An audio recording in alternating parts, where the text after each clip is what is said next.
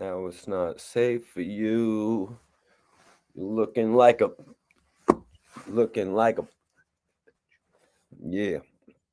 It's You're not watching Love Kit. now it's not safe for you. What is good? What is good? I am your host, Mikey T, the movie star. We are back for another episode of the Mikey T, the movie star podcast. Definitely appreciate everybody for tuning in tonight. Couple different topics to speak on. We know there's a lot going on right now with DaBaby. DaBaby more controversial than ever. I mean, some of the antics that we've seen or heard about rappers getting involved with, it's usually not on camera. You know what I mean? We be hearing about shit.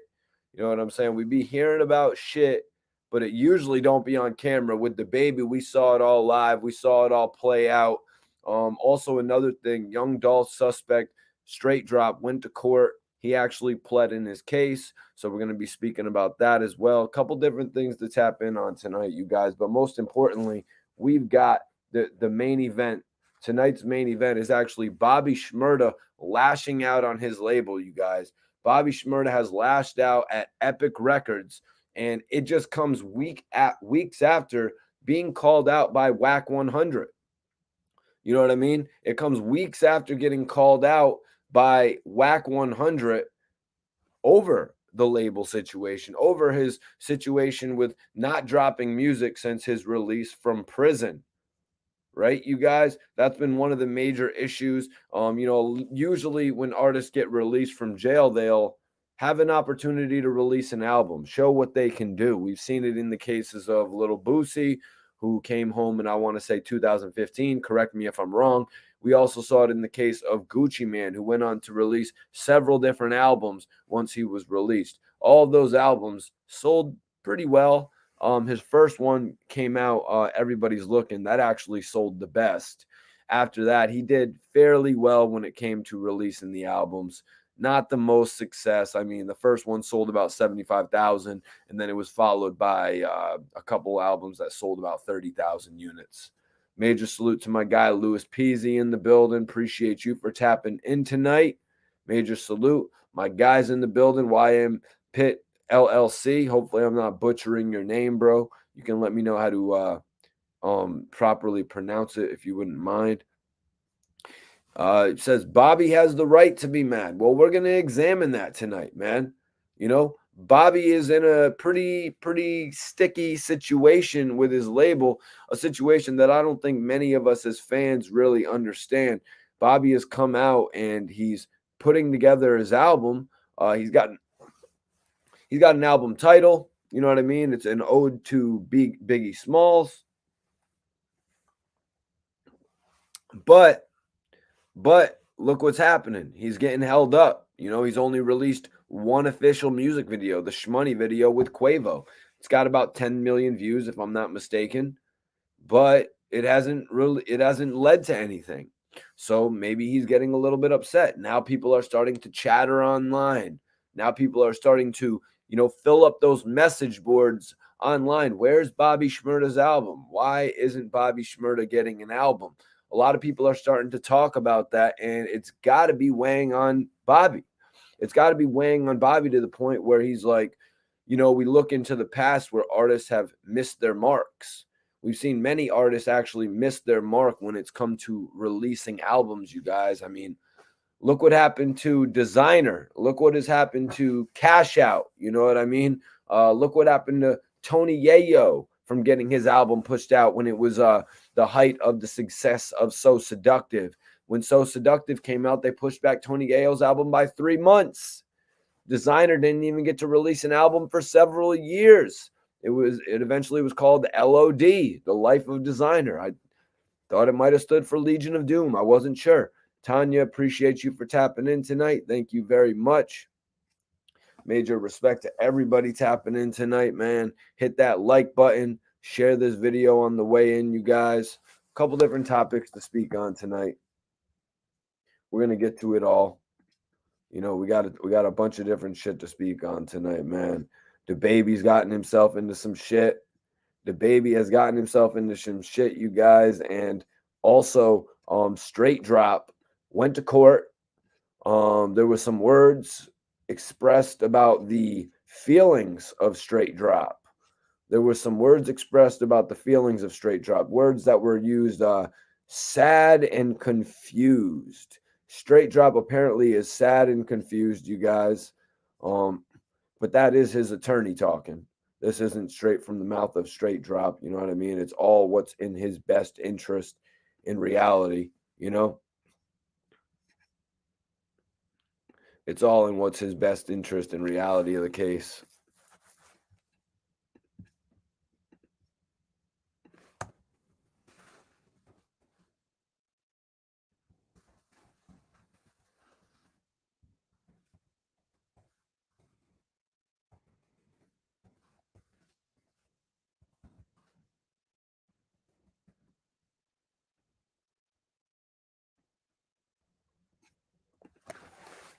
Jason Voorhees says he's sober. Jason Voorhees is sober tonight. What up, Kenny White? How you doing, man? Speaking of that, let me put something in the air. You know what I'm smoking tonight, you guys? You guys want to know what I'm smoking tonight? I'm on Gary Payton tonight, you guys. Got the Gary Payton tonight.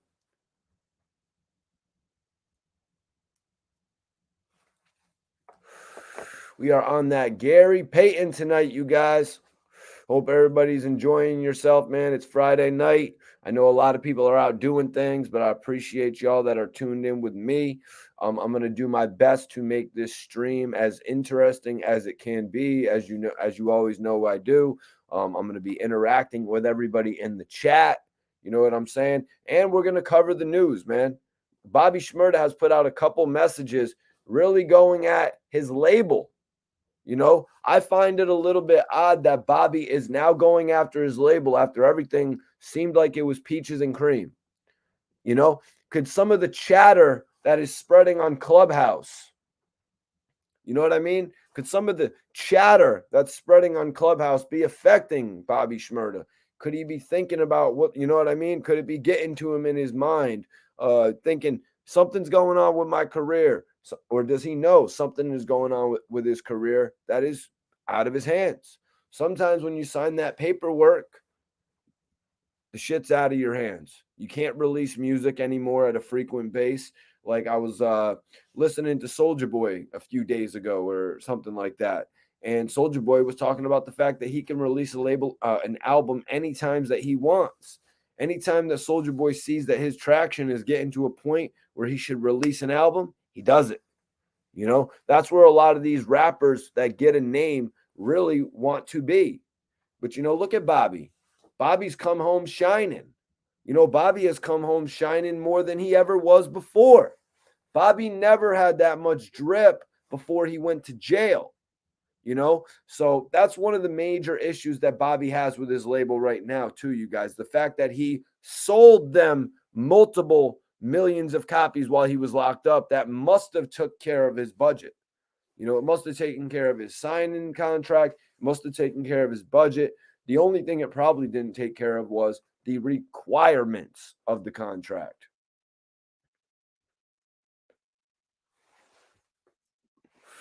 That's another thing right there.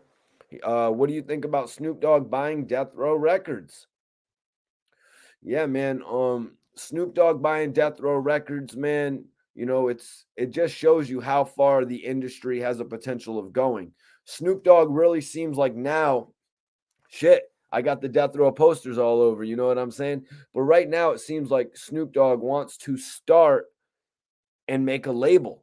You know, it seems like he really wants to make a label where Doggy Style didn't really go anywhere. You know, maybe he can do that for Death Row. He has complete ownership. But more than that, it's more than just rebranding Death Row. He has the custody of all of the Death Row projects. Why can't we get that crooked eye, say hi to the nice guy? You know what I mean? Are we going to be able to? There was another artist that said NLE Choppa was on $1 million worth of game with Gilly the Kid. And he said he wanted to do a record with Snoop Dogg more than anybody. And he wanted to find somebody with a verse out there. I believe it was NLE Choppa. Maybe Snoop Dogg will have that verse for him. Snoop Dogg could probably sell that verse for $250,000. You know, there's a win right there. Or even just do a percentage so you make millions. So yeah, I think it's genius. I think it's actually genius of, I think it's actually genius of Snoop to acquire Death Row, because with anybody else, like I had heard, what was it, Mattel? Mattel had bought it or something. With anybody else, Death Row doesn't make sense. But with Snoop Dogg, Death Row is worth something. With Snoop Dogg, hell, I bet you they even got a bunch of Snoop Dogg album cuts that weren't released on Dead Man Walking. That unofficial Snoop Dogg album that Death Row put out independently, I want to say. And that was one of Death Row's last times, moving over 200,000 units first week. I'm just here giving y'all hip hop knowledge, man. That's why they call me Mikey T, the movie star, man. I'm just here giving y'all a little bit of hip hop knowledge. My guys in the building, appreciate you for tapping in, man. Everybody hit that like button, share this video. We got a couple things to talk about tonight. Bobby Shmurda has addressed his label, but does it have to do with Whack 100? Whack 100 said some pretty embarrassing things about Bobby. He kind of outlined how the proper return from jail should be for any rapper, saying that a rapper really has 10 days, 10 good days after getting out of the can before they should be able to release their first record. Bobby took several months before even releasing his first freestyle. What of it, man? What of it? A guy like me said Bobby was waiting on Rowdy. That I tried to make a little bit of common sense out of it. But now Bobby is actually coming at the label. He's coming at the label. A few minutes ago, I mentioned label requirements, you guys. I was speaking on label requirements. Now, just because Bobby Shmurda has released 2 singles, the Hot Boy and the Bobby Bitch, and he released the Bobby Shmurda EP, that doesn't necessarily mean he's finished out with his contract, just because those all sold 7 million combined or whatever the number is. That was an EP. Epic Records wants their album.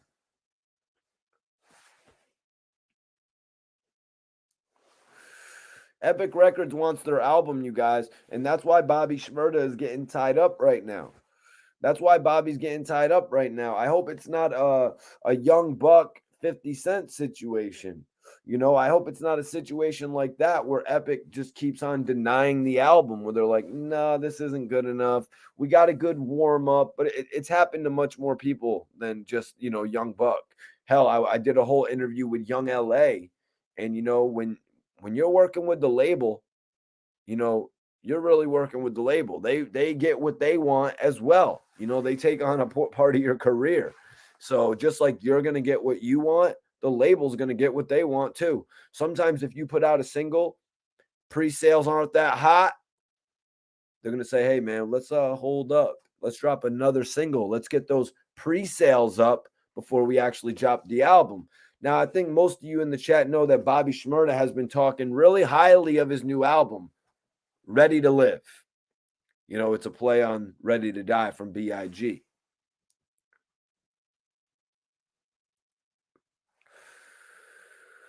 It's a pun on, B.I.G. It's a play on B.I.G. I like the title. I ain't gonna lie, I can't believe nobody's ever thought of it before. So I'm messing with the title. I hope that Bobby does well on this album. I'm thinking that Epic Records is hoping that Bobby Shmurda does well on this album as well. But in thinking that, you guys, Epic Records is kind of holding him back because they're tightening the reins. They're like, all right, man, Shmoney's cool, but it's not everything that Hot Boy was. But you got to remember, I don't know if you guys really remember this. I mean, shit, Epic Records, all they have to do is pull out the charts and pull out the statistics. Bobby Shmurda's Bobby Bitch and the EP, they didn't sell that much first week. It took time. It took time to bolster those sales. So The fact that they're holding up Bobby Shmurda right now when he's got a single that's on fire and doing views, hundreds of thousands of views every day, and he's going to all sorts of parties and he's making all sorts of appearances on whatever talk shows, whatever, whatever little podcast and different things, sneaker watchers, whatever, you know what I mean? Hot Wings, all these shows. Right now, it would benefit him to actually have an album out. Like, I had met the guys from Pretty Ricky, but DJ Vlad actually has an interview with Baby Blue out right now. And he was explaining how the Pretty Ricky album, the sales picked up after every single show that they would do on the Scream tour. They'd do a show in front of X amount of people, and then they would pick up sales. Bobby Shmurda right now is running all over the place, showing his face, Adam 22, every interview he can do of popularity. So why does he not have an album out right now to promote the damn shit that he's doing or to go along with the promotion that he's doing? So everybody that's watching has a $9.99 product to go out and get from Bobby Shmurda. It doesn't make sense to me. And obviously it's starting not to make sense to Bobby Shmurda. Not really getting it either, just from pretty much what I just laid out right now. Bobby has made 8, 9, 10 appearances. And throughout all those appearances, he could have sold 5,000 here, 2,000 here, 5,000 there. It's like they don't care about these sales. It's like they want the big first week sales. It's sometimes, you guys have probably heard this. It's not always about the sprint. It's about the marathon. Bobby Shmurda is out. He's not going back to jail.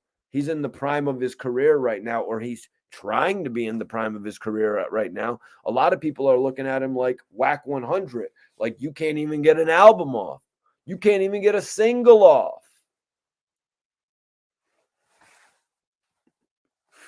What's going on, Shelton? Appreciate you for tapping in tonight, man. Major love on the tap in. That's appreciate it, man.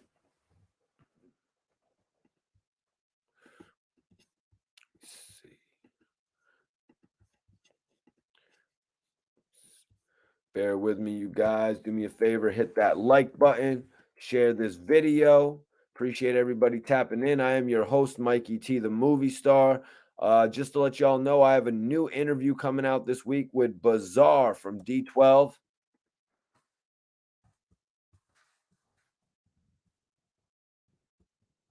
That's right. I linked in with Bazaar from D12 yesterday. And we shot an awesome interview.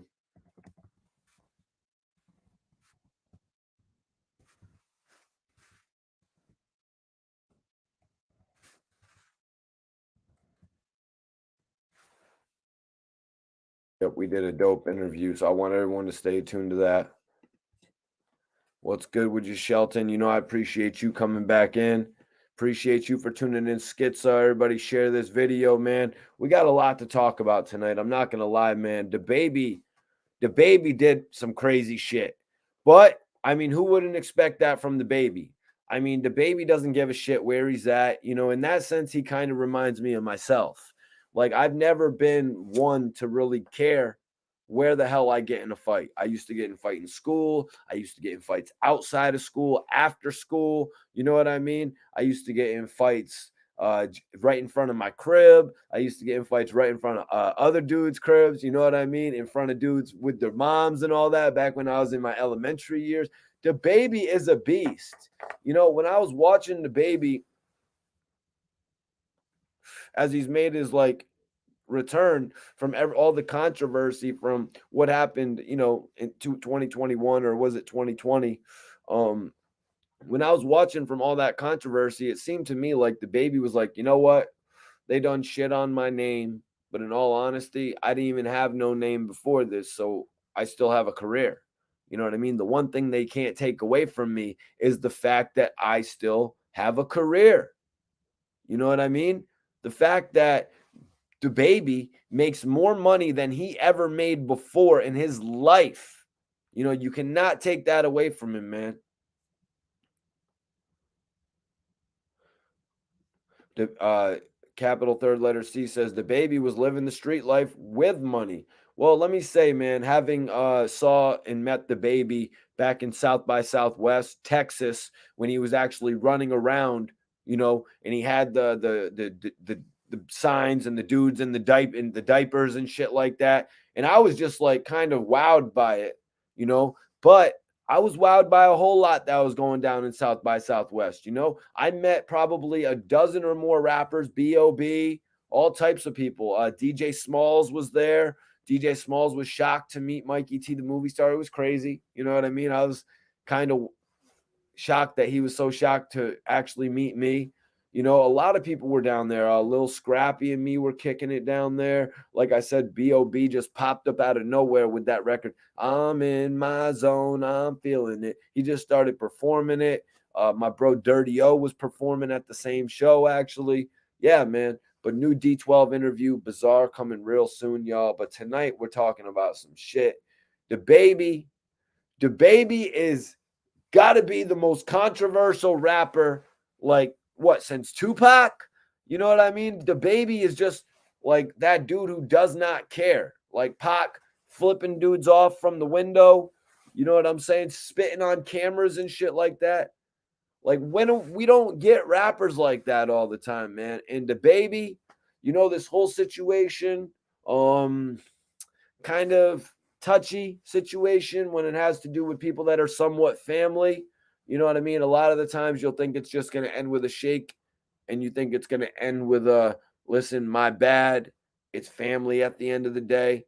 Hey, man, sometimes you can't take back what you done said on the internet, man. If you call somebody out on the internet, it's going to happen 5 times out of 10. Half the time, if you call somebody out on the internet, you are going to end up in the same vicinity as that person, which is what happened. Unfortunately, it was at a bowling alley, a public place.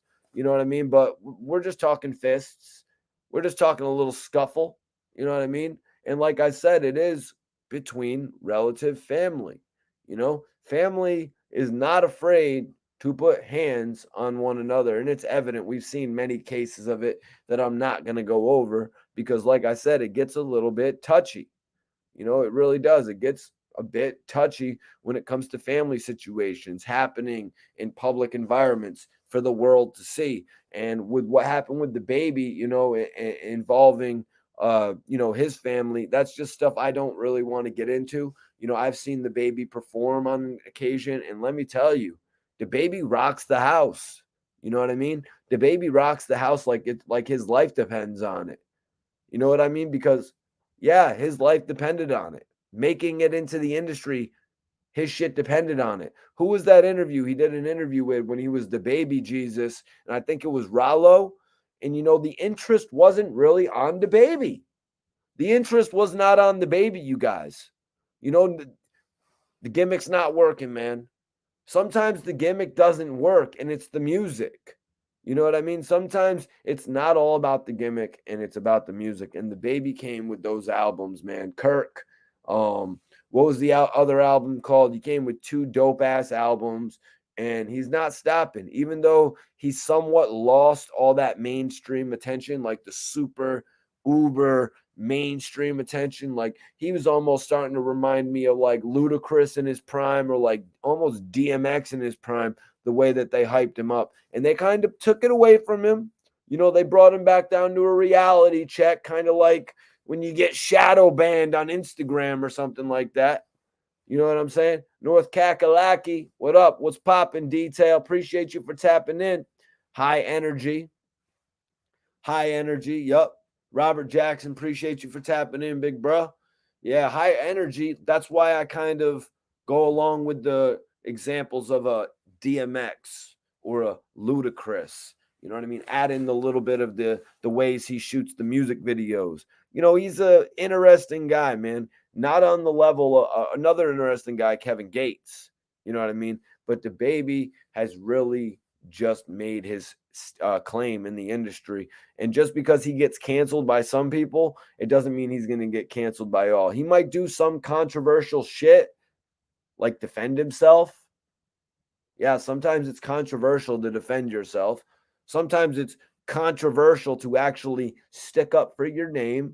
You want to know why? Because he's got a lot of people cheering him on, a lot of people saying, hey, baby, We want you to be that thug. We want you to be that gangster. We want you to be that ruthless character, that we expect out of hip hop. But then you got to understand the level of celebrity that he's at. Once he does something like that, like what he got involved with at the hotel one time, all different types of situations with DaBaby. You know, a whole lot more people see it than just that fan base that wants that real raw rugged. There's a whole lot more people than see it, and then they put a spotlight on it and they make him the bad guy. You know, they make him the bad guy in these situations, man. And I've met DaBaby. DaBaby was gracious enough to stop, talk to me, give me a drop after his performance. You know what I mean? He's like, what do you need me to do? He did what I needed him to do. Major shout out to my big bro Murda for even putting me in the position to meet DaBaby. You know what I'm saying?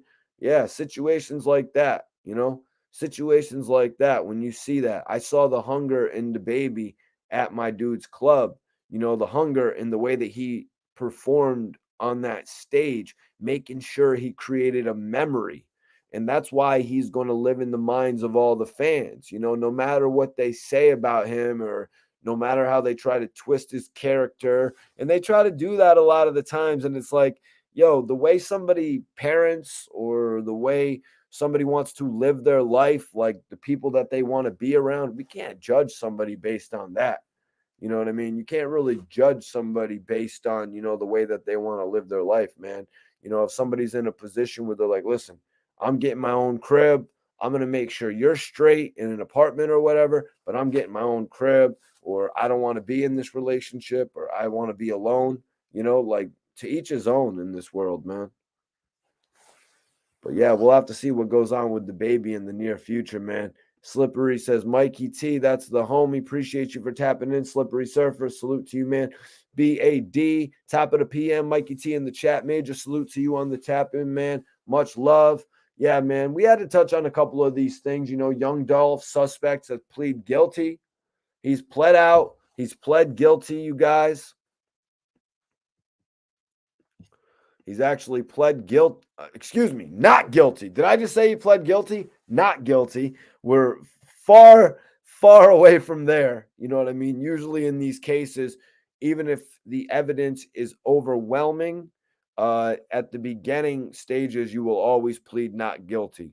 Like, even if it's like some bullshit charge, most of the time when you first go to court to plead in the case, it's going to be not guilty.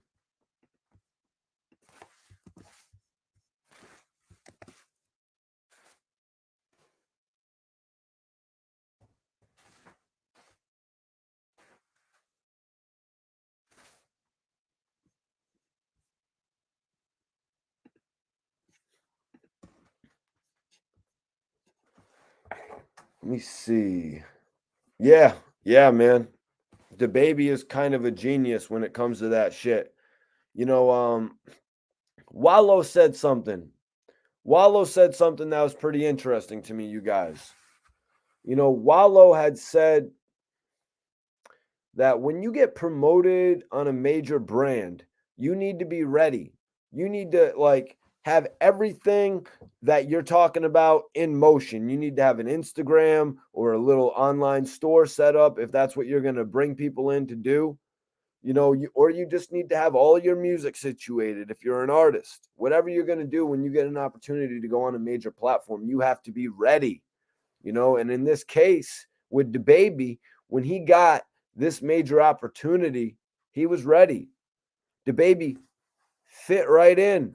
You know what I mean? So many of the mainstream artists have embraced DaBaby to the point where, you know what I mean? You wouldn't even be able to tell that a few years ago, he was running up and down the streets of Austin, Texas, just trying to make every fan that he could. You know what I'm saying? Yeah. What up, Lucy? Appreciate you for tapping in tonight. Major love on the tap in. Appreciate you for tapping in. What's everybody smoking tonight, man? Y'all blazing with me?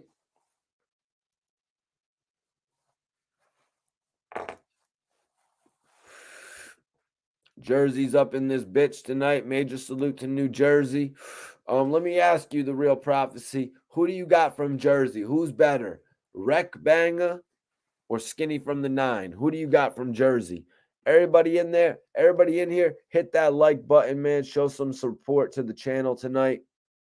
Show some support. Let's go. Let's go.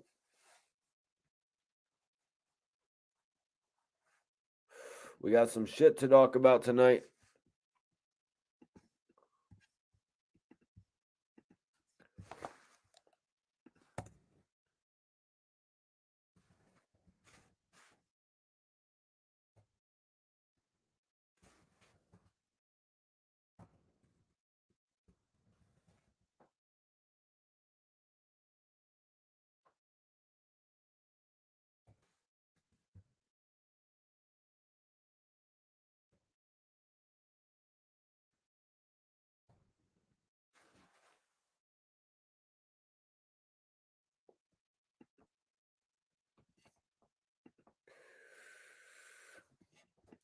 I was just messing with you, bro. I was just messing with you, bro.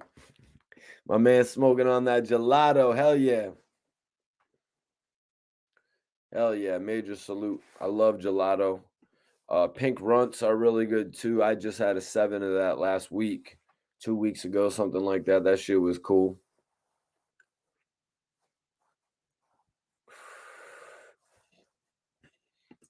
Wreck Banger's the king of Jersey, though. Jay Brown, what's popping with you, king? What's popping with you, man? Appreciate you for tapping in. Bobby Shmurda has finally addressed his label issues, man. Bobby Shmurda has finally addressed Epic Records, you guys. The label that he was with for 6 years. Apparently, he's been with the label for 6 years while being locked up. He was never released from Epic. In fact, once he was, out of custody, Bobby Shmurda actually got a couple plaques. You know what I mean? The EP he released, I didn't think it was as successful at first. I didn't think Bobby Shmurda's EP was successful at first. I could have sworn it sold like 5,000 copies first week or something like that. You know what I'm saying? But at this point, he's gone gold. Hell yeah, sip. Hell yeah, appreciate you for tapping in, Jay. I got a new interview with Bizarre from D12 dropping. Just completed that. Did a whole bunch of shit this week, actually. Just did a new interview with South Strip. Yeah, they was telling me about them guys, the Raider Clan, dope ass group. Couple people I know in that group: Smoke Perp, Little Simmy, Young Simmy, excuse me. But also we was talking about the Island Boys. You know what I mean? Being that they're from Florida, I had to get their take on it. So that interview's out right now. To do a show. That interview's out right now if anybody wants to check out some of my other work, on the channel. And I got an interview with Q Life coming up. So I've been working, y'all.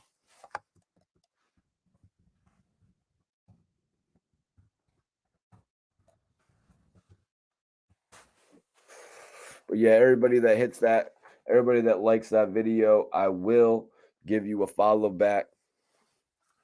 Everybody that drops a comment.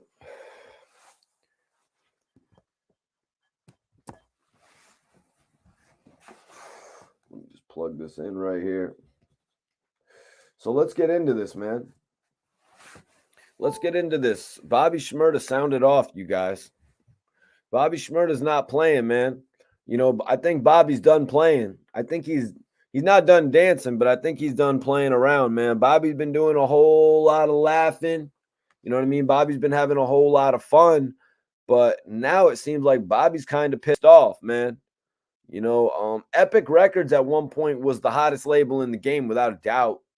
You know what I mean? I'm not really sure if they still hold that same crown, but Epic Records at one point really was running the game. It was, kind of like the new Def Jam in a way. It was like everybody wanted to sign to Epic, and I'm talking about in the last few years, not years back. I'm talking about in the last few years. But yeah, Bizarre was dope to interview, man. Bizarre was definitely dope to interview. I appreciated the opportunity to sit down with Bizarre. We sat for like about an hour. We really covered some good shit.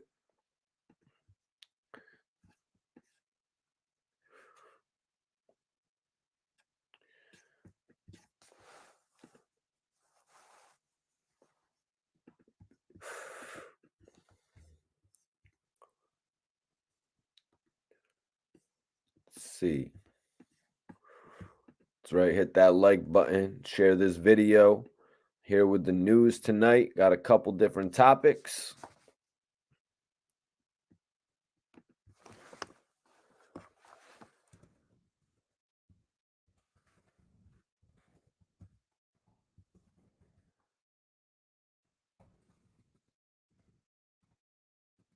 Yeah.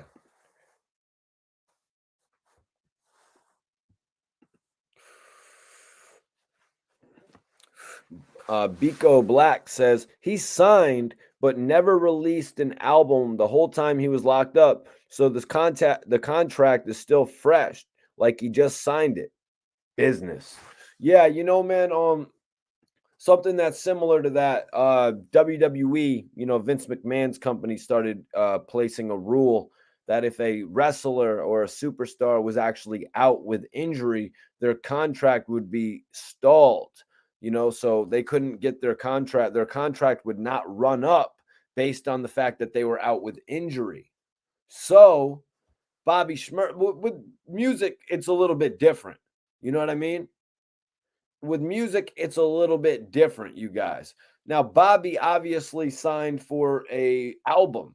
I don't know how many albums he signed for. I don't know if it was an album and a mixtape, an album and an EP, an EP and 3 albums. I don't know what it was.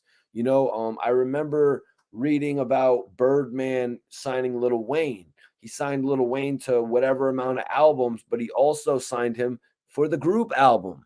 Like father, like son. That was an obligation that Lil Wayne had to do. Obviously, he did it pretty quick. It was probably done in Birdman. All he had to do was package it. But this is kind of the same thing here. It doesn't matter. It doesn't matter just because you sold a bunch of records that exceeded your contract. You know what I mean? Just because you got signed for 2 million and you sold 7, you made the company $4 or $5 million. That's not how it works. What's poppin', Joseph? Appreciate you for tuning in tonight. Talking about Bobby Shmurda finally addressing his label issues. But is it after the Whack 100 diss? I mean, did Whack 100, as I say, did he stir the pot? Did he stir the pot on this one, you guys? I'd have to say so. You know what I mean? It's only but so long that you could listen to the jabs and you're hearing shit, and then everyone else starts saying it. Where's the Bobby Shmurda album?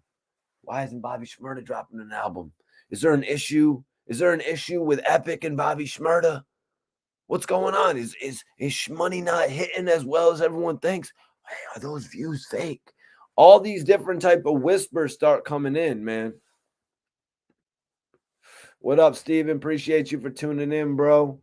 Right now, we're really just talking about Bobby Shmurda. We was talking about DaBaby a little bit earlier. Briefly speaking on young Dolph suspect pleading not guilty. That's right. Straight Drop has pled not guilty, you guys. This case will probably be going on for quite some time. These cases usually they drag, they're not something that get wrapped up within 3 or 4 months, but the next court date I want to say is in March. It's about a month and a half away. So it's no little 10-day period anymore, little 9 days. You know what I'm saying?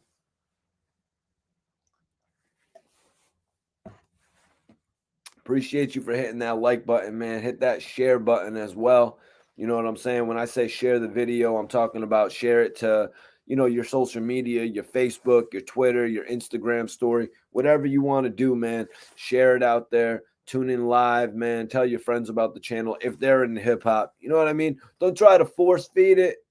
Don't try to force feed it. But if you got friends that are interested in hip hop, let them know that you mess with the interview god, that you mess with the top blog god, the pod god, Mikey T, the movie star. But yeah, because a lot of these other bloggers, they met a few people. Some of them have met a few people. Not all of them, though. A lot of them haven't interviewed the Rick Rosses, the Little Waynes, the Machine Gun Kellys. You know what I'm saying? A lot of them haven't interacted with the Little Dirks, interviewed Dirk, the Babies. You know what I'm saying? A lot of them have not interacted with the legends like the Bone Thugs and Harmony. You know what I'm saying? A lot of them haven't met people like maybe they met Dead Prez, maybe they met Ali Vegas, some legends like that and shit. You know what I'm saying? But tapping with somebody that actually has gone out there. You know what I'm saying? Somebody that has actually rolled up a blunt on Rick Ross. What other blogger has rolled a blunt on Rick Ross's couch? I don't know. Probably none of them. You know what I'm saying? I had to do something while I was waiting for my video camera to charge. They probably wouldn't have even stepped foot in Rick Ross's house. But that's another thing that I got to address later on a platform. Let me see. Chris Meza says, I remember me telling y'all he was going to turn himself in for the publicity and then plead not guilty. Well, Chris, yeah, he's not going to go in there and just plead guilty. That's 100% obvious. Even people who are obviously guilty don't go in there the first day and plead guilty. He's got to work the situation to his best benefit. I guess his lawyer apparently said that he was sad and confused. Yeah, sorry, that defense isn't going to work. The whole confusion about you being sad over having to go apply to be on that list, not going to work, buddy.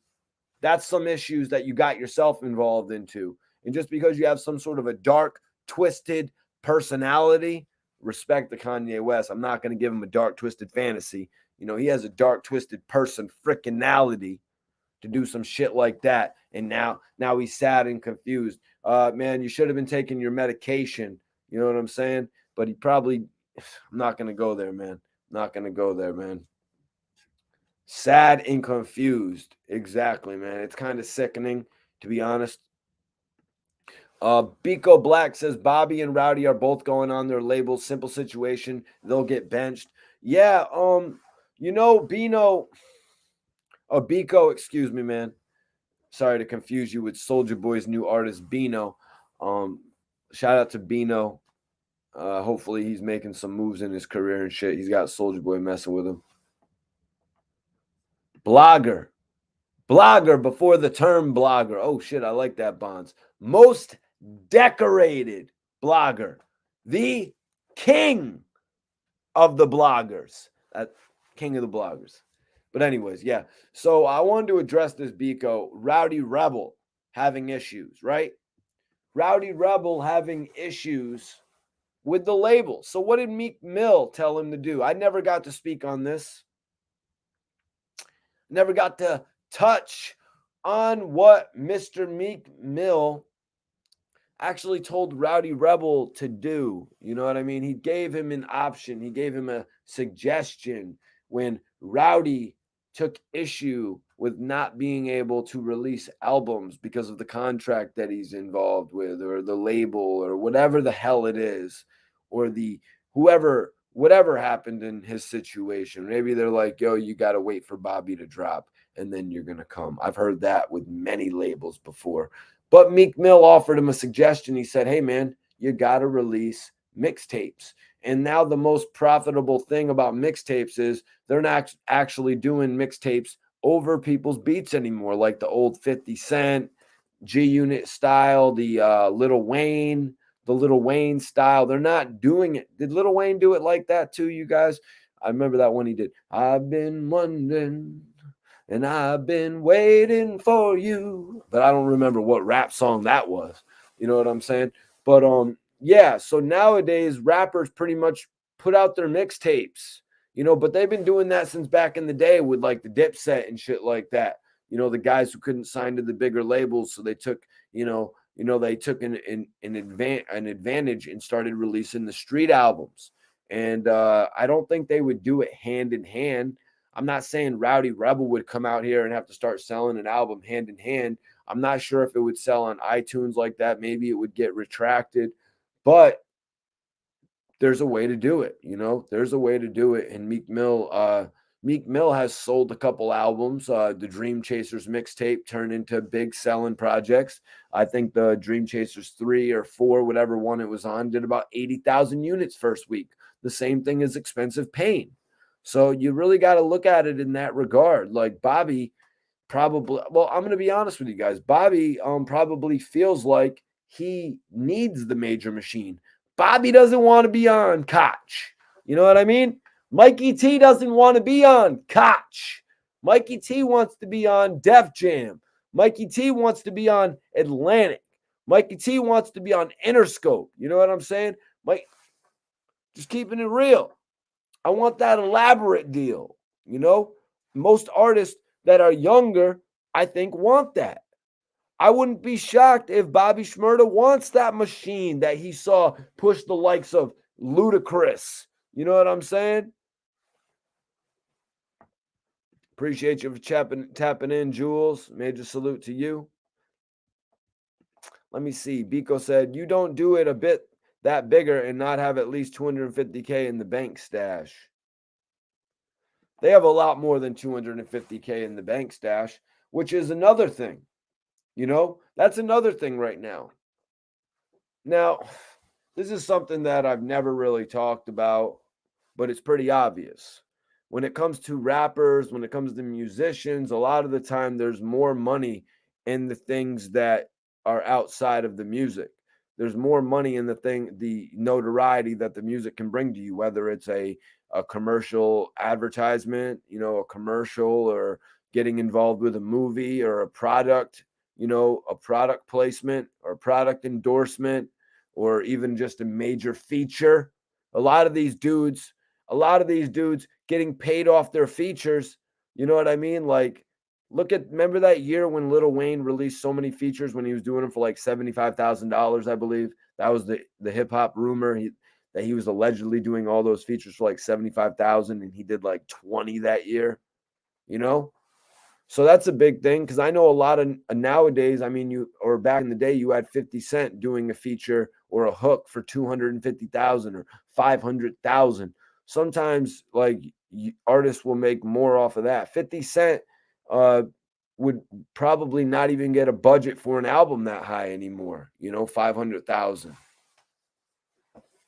We all know that G Unit was getting 750,000 a piece at one point.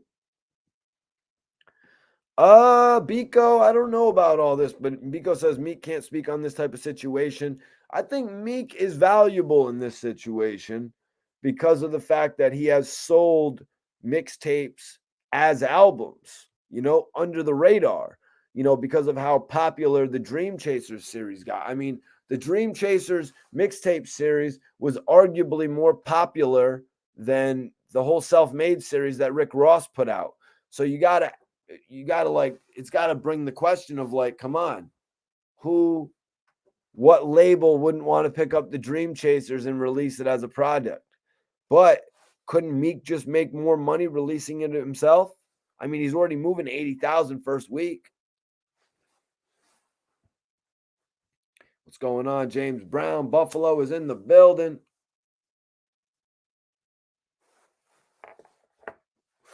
Buffalo's in the building tonight. Hell yeah, everybody hit that like button. Share this video. I appreciate everybody tapping in with me, man. Young Dolph suspect, straight drop, has pled not guilty. He went before the judge. He pled not guilty.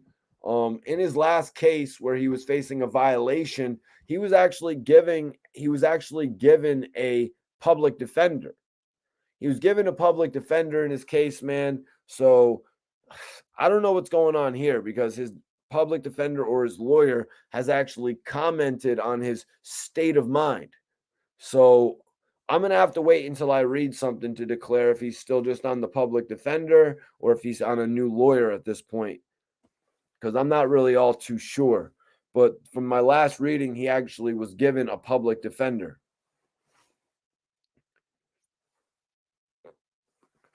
And the public defender is already making comments about his state of mind. The public defender is already making comments about him and shit, like already trying to, spin the narrative of this case. We know the boy is confused, man. We know the boy is confused. He made a video stunting with 15, 20 grand, and he didn't know what the hell to do with the bread. The kid's mad confused. I'd say so. I would be confused where the money was. Like, I'm confused why he has a public defender.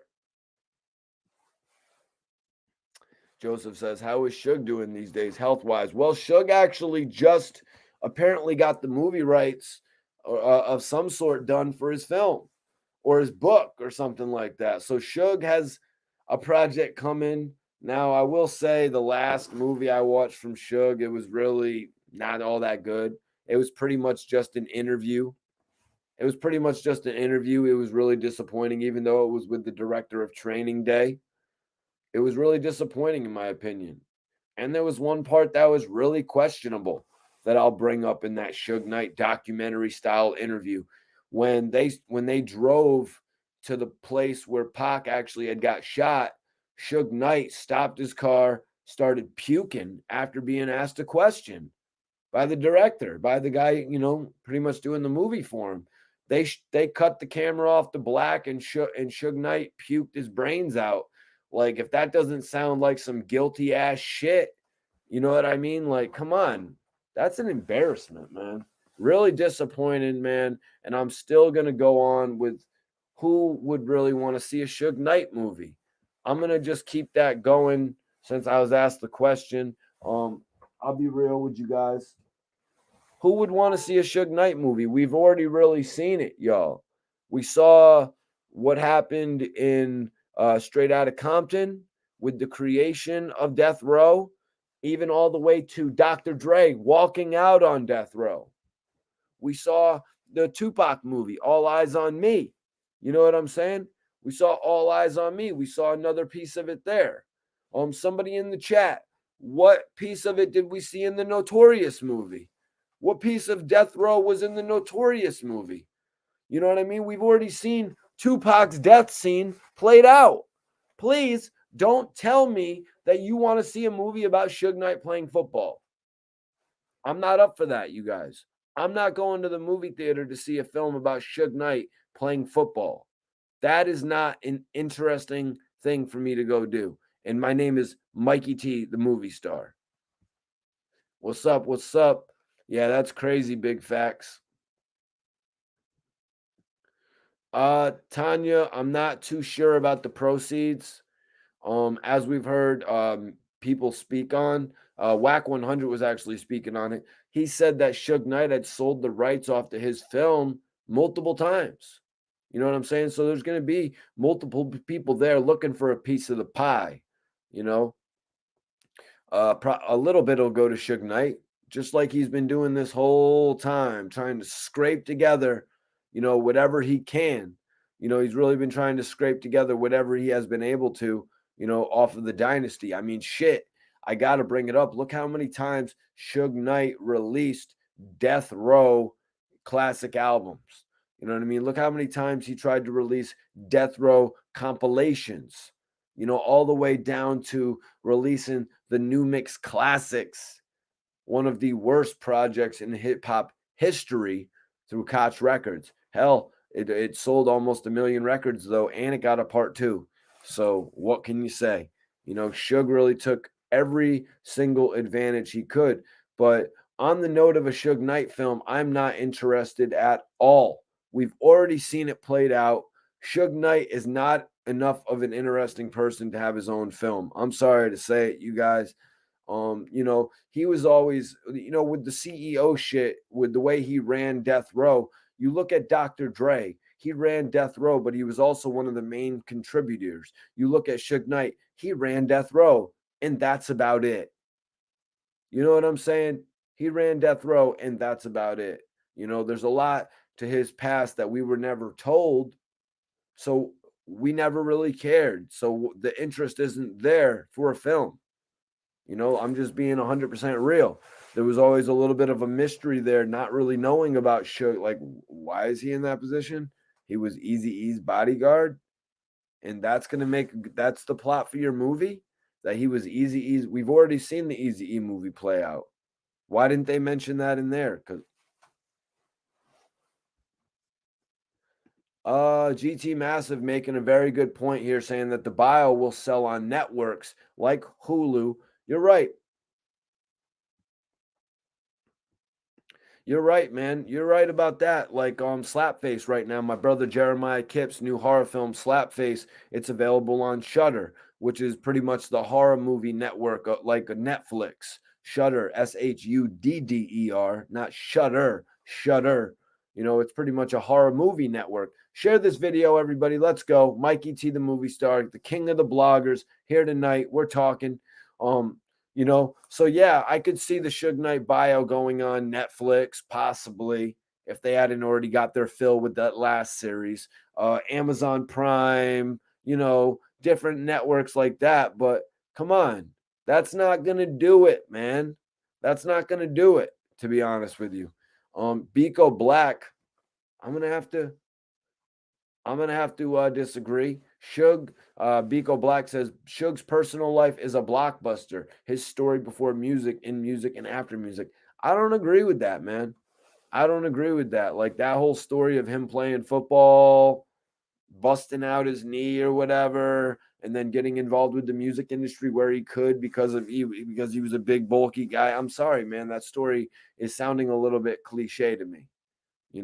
And it's not sounding like the story that I want to see. The next story that we're going to get is going to be the Snoop Dogg series. It's going to be a little piece of his story because of the fact that it would probably take up too much of his feature film that's going to come out. So they're going to tell the story of when Snoop Dogg went through the murder charge. 50 Cent apparently is going to do that. I would love to see it done. Hopefully it's not just a rumor at this point. You know what I'm saying? But 50 doing the Snoop Dogg show, that's even going to tell more of when Death Row was in power and they had all the money to back Snoop Dogg to make sure that their play worked. So they're taking another thing from Suge Knight right there. Sorry. Sorry, Suge. What is going to be left to tell of your story? I don't think there's really going to be much left to tell. And I don't think there's going to be much left of an audience there that wants to see it. I think it'll be more like the Michelet Project. I think it'll be more like one of these, the TLC movie. You know what I mean? Like one of these movies that are actually on television. Let me see. GT Massive with another comment. Everybody, send in your comments, man. Appreciate the live video interaction tonight, man, on the podcast. Let me see. His close people in business have said much about his background and moves in later life, what they can do, his image renewal. Biko, who is also, I think, in agreement with GT, says Suge was the name, so all those artists you mentioned can be solid in the industry. So, Biko, then I guess they would have to explain how Suge Knight became so solid in the industry, pretty much. You know what I'm saying? That's pretty much what they would have to do is explain how he actually became so solid in the industry. If what's the big point of him becoming solid in the industry that led to him being able to put on all the artists? I think it was more so him having Dr. Dre. Could be wrong. I could be a little bit wrong. But so Bobby Shmurda went off, you guys. He went off on his label. Let's talk about it, man. Bobby Shmurda posted and said some shit. Bobby said, "This is not a cry for help. It's not a cry for help, y'all." Bobby's a happy guy. Bobby kind of reminds me of like Bob Marley. Kind of ironic they have the same name. Bobby is always happy and shit. Smiling guy. I try to wake up in the morning and be happy like Bobby Shmurda. You know what I mean? There ain't no point in waking up with a frown. There ain't no point in waking up angry. You know what I'm saying? But also, like Max B, I do wake up every morning and roll up a blunt. But anyways, so Bobby Shmurda had said, "This is not a cry for help. This is a message and an understanding from my fans that they are stopping my music and prolonging my career. I've been holding shit down, doing everything on my own since I've been home. It's been a year now. I still feel like I'm in prison. Bobby Shmurda said he still feels like he's in prison, but he also said he has been doing everything alone. He's been doing everything alone, you guys. Let's address that. Let's address that because I had heard in a few interviews Bobby Shmurda talk about his music videos. And that's kind of where I want to address it.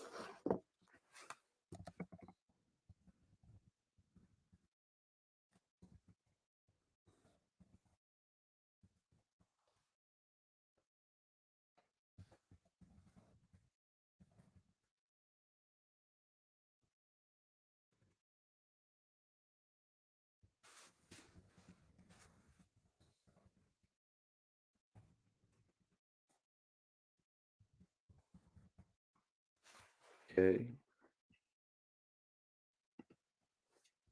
Puffy moves. It's all branding of the label.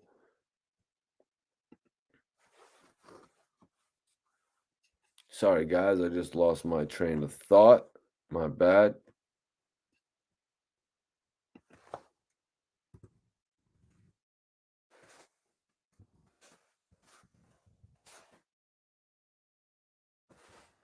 Excuse me. Lost my train of thought there. GT Massive Puffy moves. It's all branding of the label. Oh, yeah. That reminds me right there where I was. Bobby's saying he still feels like he's in prison.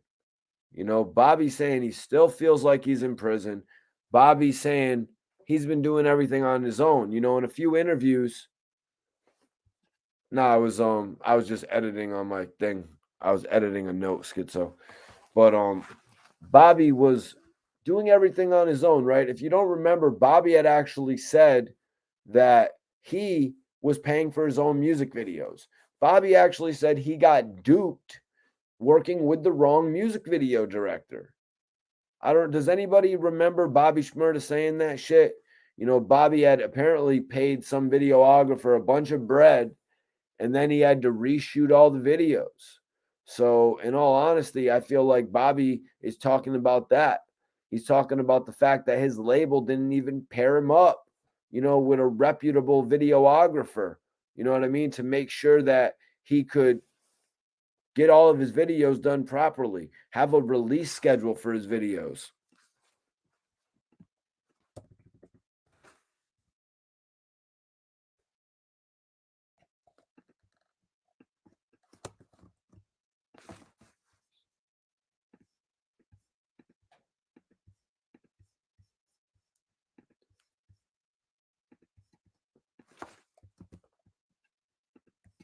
Yeah, boy. Get this shit lit up.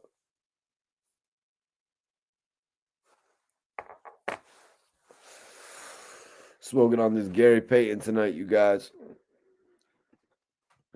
He brought Dr. Dre to Jimmy Iovine. He brought him to Jimmy Iovine. Yeah, one of the most important players in the game. You know what I mean? Jimmy Iovine was the guy who could really take you up to that next level.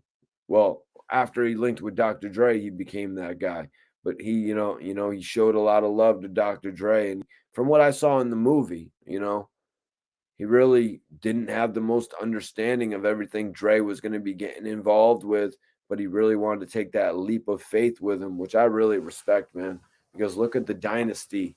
Look at the dynasty that they created together, in believing in things that seem to be impossible, you know?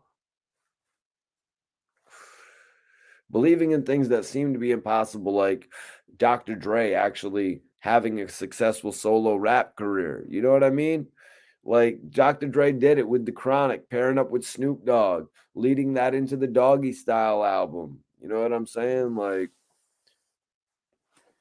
he went from being a member of the group to being a solo artist, even though he wasn't he wasn't like the 50 Cent solo artist. He wasn't like the Eminem solo artist, but we got a few albums. We never got Detox. We did get the Compton album, which, it did it for some people. The album really performed well. I believe it went to #1 on the Billboard charts and shit.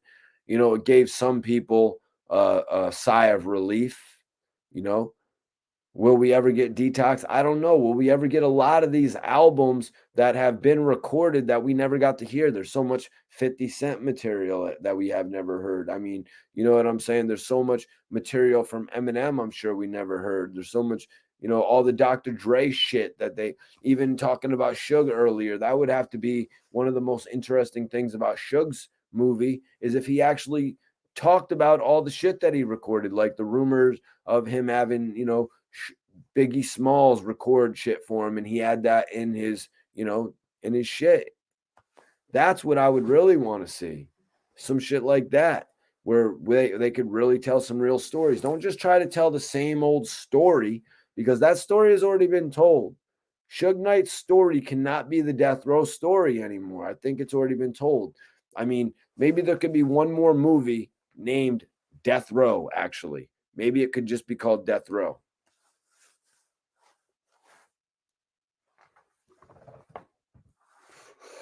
But damn, man, Bobby Shmurda feels like he's still in prison, y'all.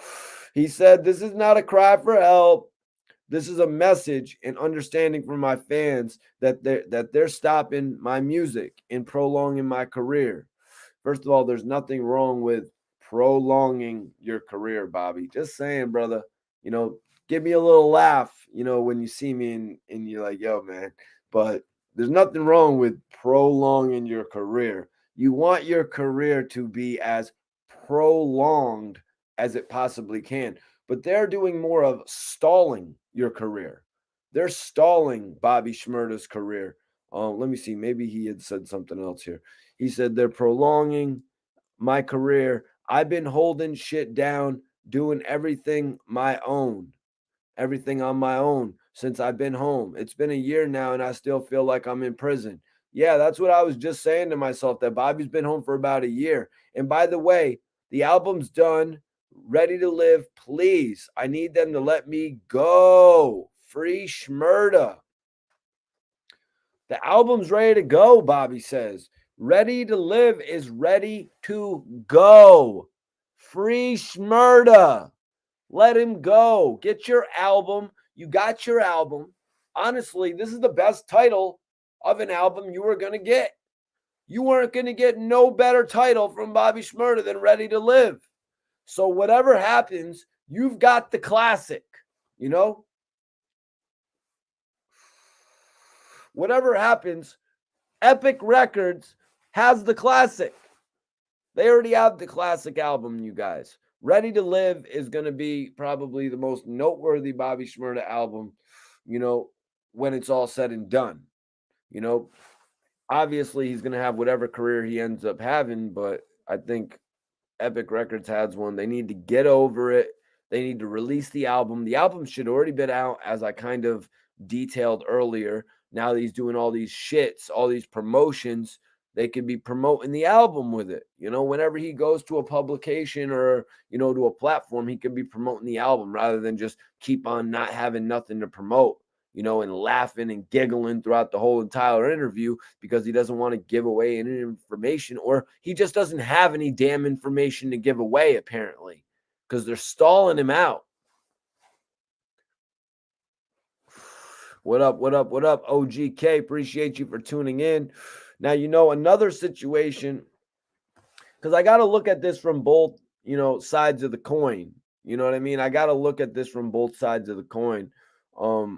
The label could be thinking, okay, Bobby Shmurda releases this album. He's just going to give us a bunch of cuts that we ain't all that happy with. And then he's going to save all the good shit for his next joint when he goes to another label and gets another big bag, because he's probably going to get a $5 million, $6 million, $7 million deal, and he had first signed for $2 million. And I might be off on those numbers. It might be a $10 or a $12 million deal, but that's going to play into how this album sells as well. You know what I mean? If Bobby comes out and doesn't do all that well, I don't see him getting no $12 million deal. You know what I'm saying? I don't see that. I don't know why he didn't just get a $12 million deal while he was locked up and have the company pay Epic Records out. Like, that would have made the most sense. Doesn't make any sense to me why he couldn't have did that.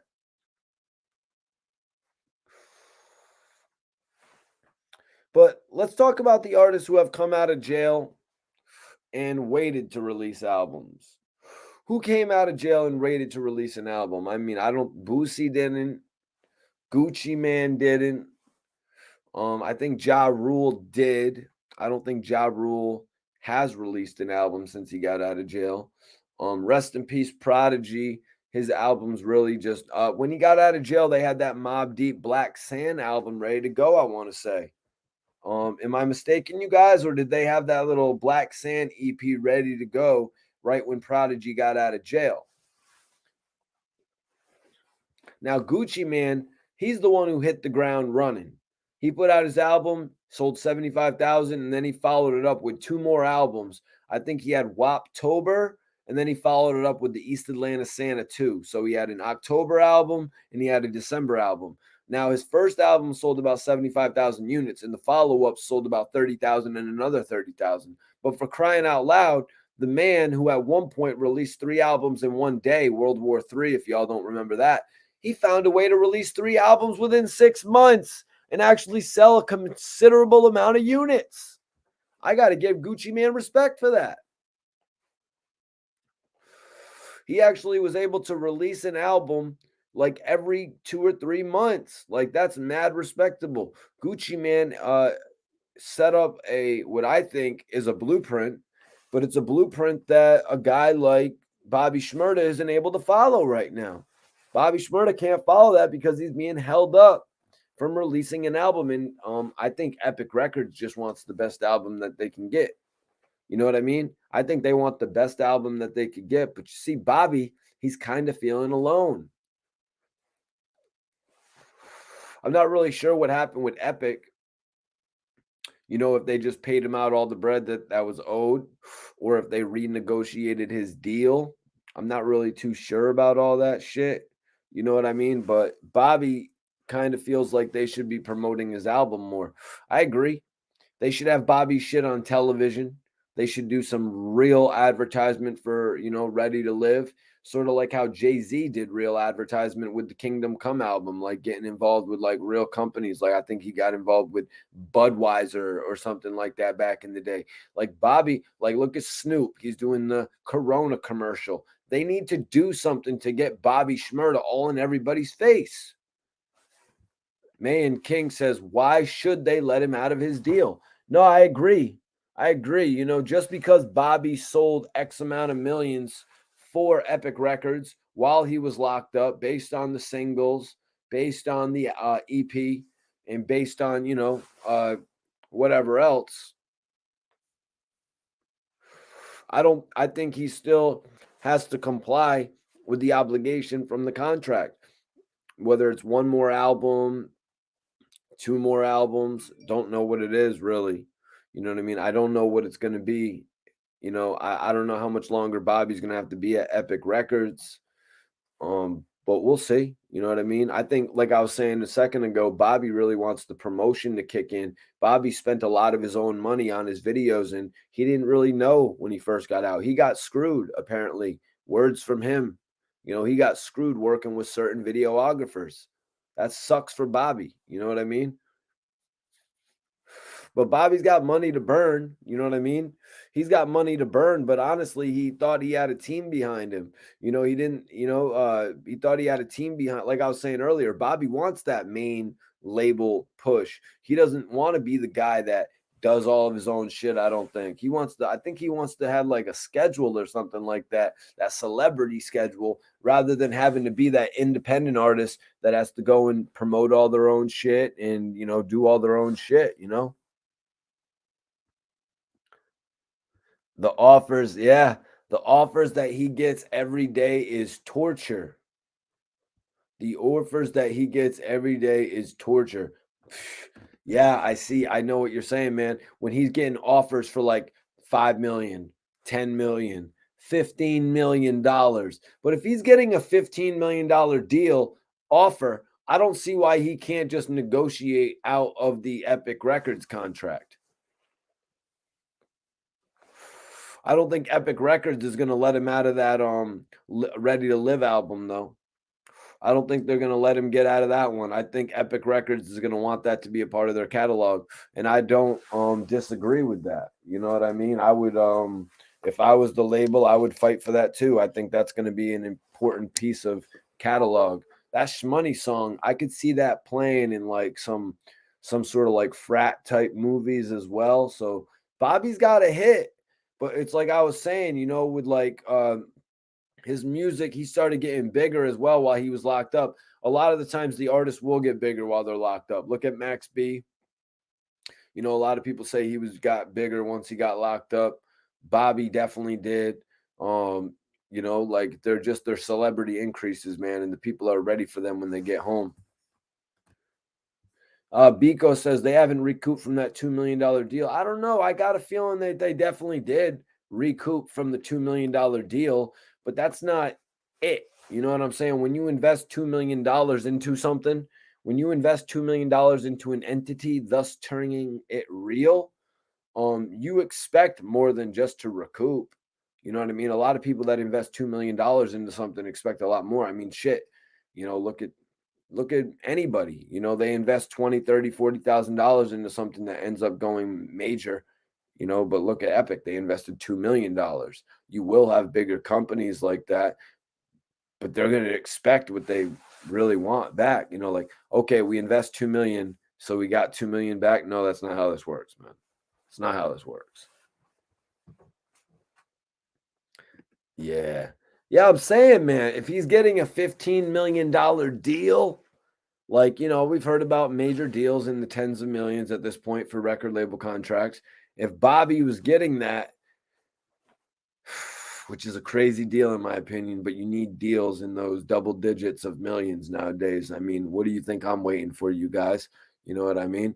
Before I start running around and having one of them, you know, one of them joints where the water's going through it, the water slide thing, and I'm doing that on live, you know, you got to get the double digit $1 million deal first. But once that shit comes in, then all hell breaks loose, man. Then it's not safe for you.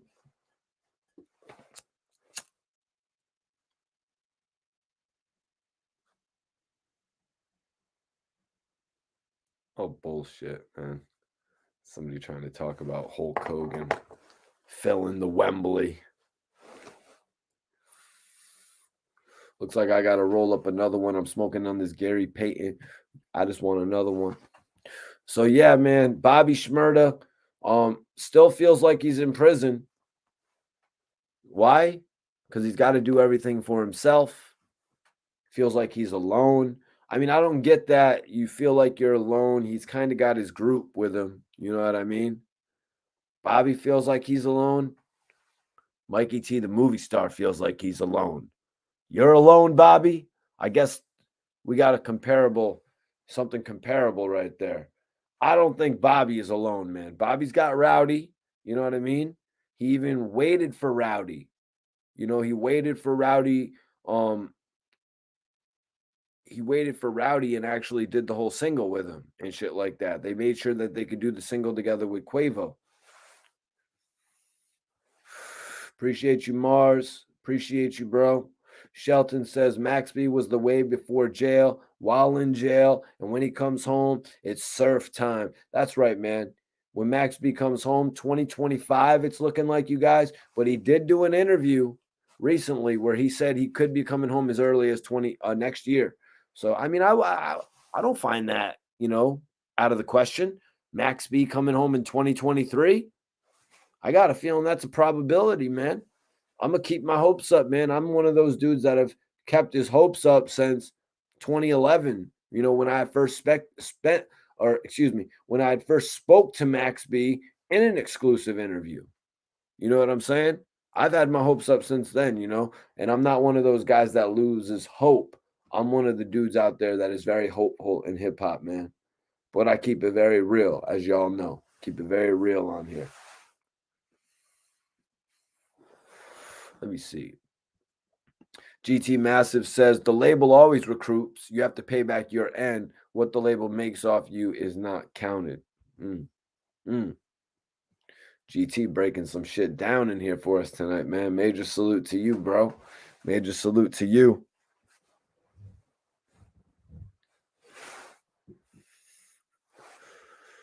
Appreciate you, Shelton. Appreciate you, brother. Appreciate you for tapping in, man. Everybody that's tapping in tonight. You know I'm your host, Mikey T, the movie star. The Bel Air Blue God. That's right, the Bel Air Blue God. You know what I'm saying? As soon as Bel Air takes notice of what we're doing, man, we are going to turn this into the Bel Air Blue Room. That's right. The whole room is going to be blue.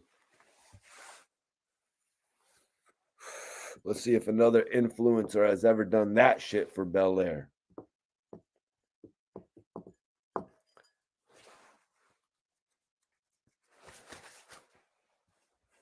Oh, come on, man.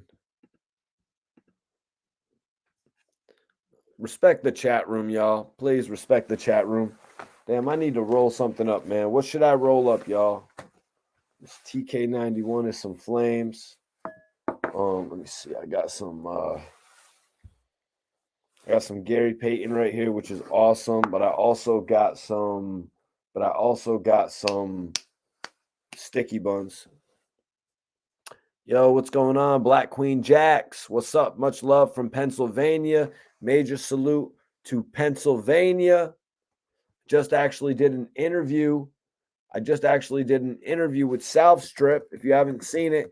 And the dude Shogi is actually living out in Pennsylvania. So major salute to my bro Shogi 2K from South Strip. Also Schwinn, a couple guys from the group. He's actually from Philly. All the guys from the group. You got Constant and you also got Cool Boy Fresh. I'm putting the interview link. I'm gonna pin it up, y'all, so everybody can take a look at it, man. One of my dopest interviews. Just released it tonight. It's on the channel. South Florida artist. Need everybody on here to tap in with that.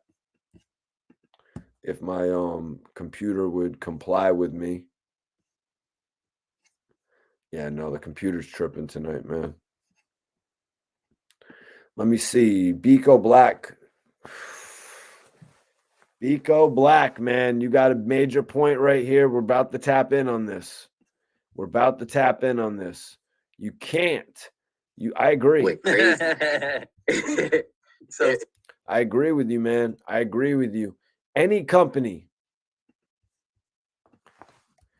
that you work for, you don't just come on here and diss them. You know what I mean? Especially if you were rocking with Death Row back in the day. I'm going to pin up my interview with South Strip so y'all can check it out. Really dope interview that I did. My guy, Louis Peasy, one of my moderators, said he watched it PA all day. That's right. Check it out. Get in tune with South Strip, man. They got some viral singles, but also they do a lot of shows and shit like that. Dope ass group, man. Glad I connected with them. Need everybody to share this video as well as hitting that like button, showing support tonight. Really appreciate everybody tapping in.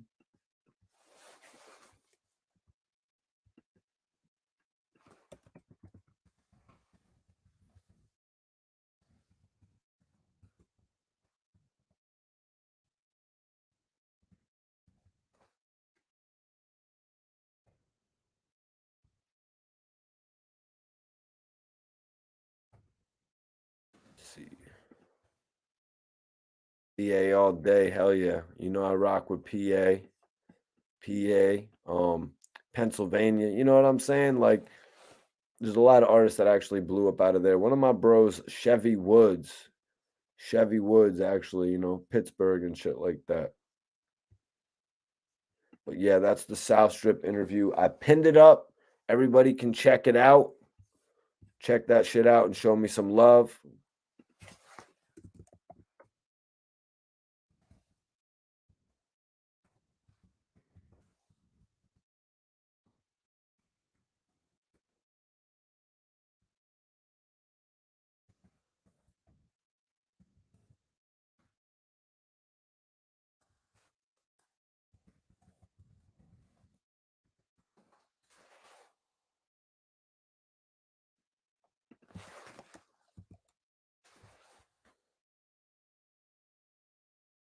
PA all day, baby.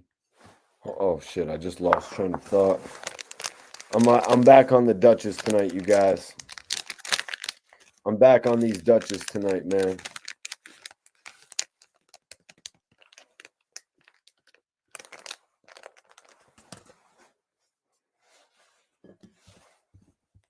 Oh.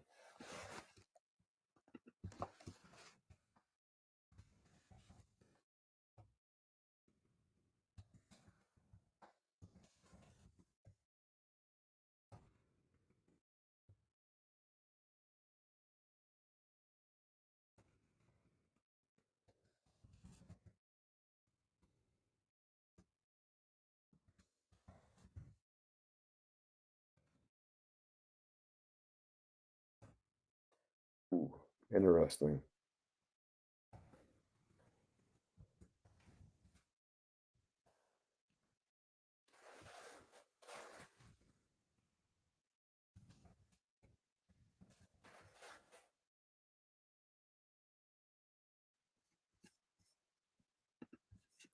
Interesting. Dissing the label. Appreciate you for tuning in, Nick. GT Massive says, dissing the label is just crying out. Bobby is searching.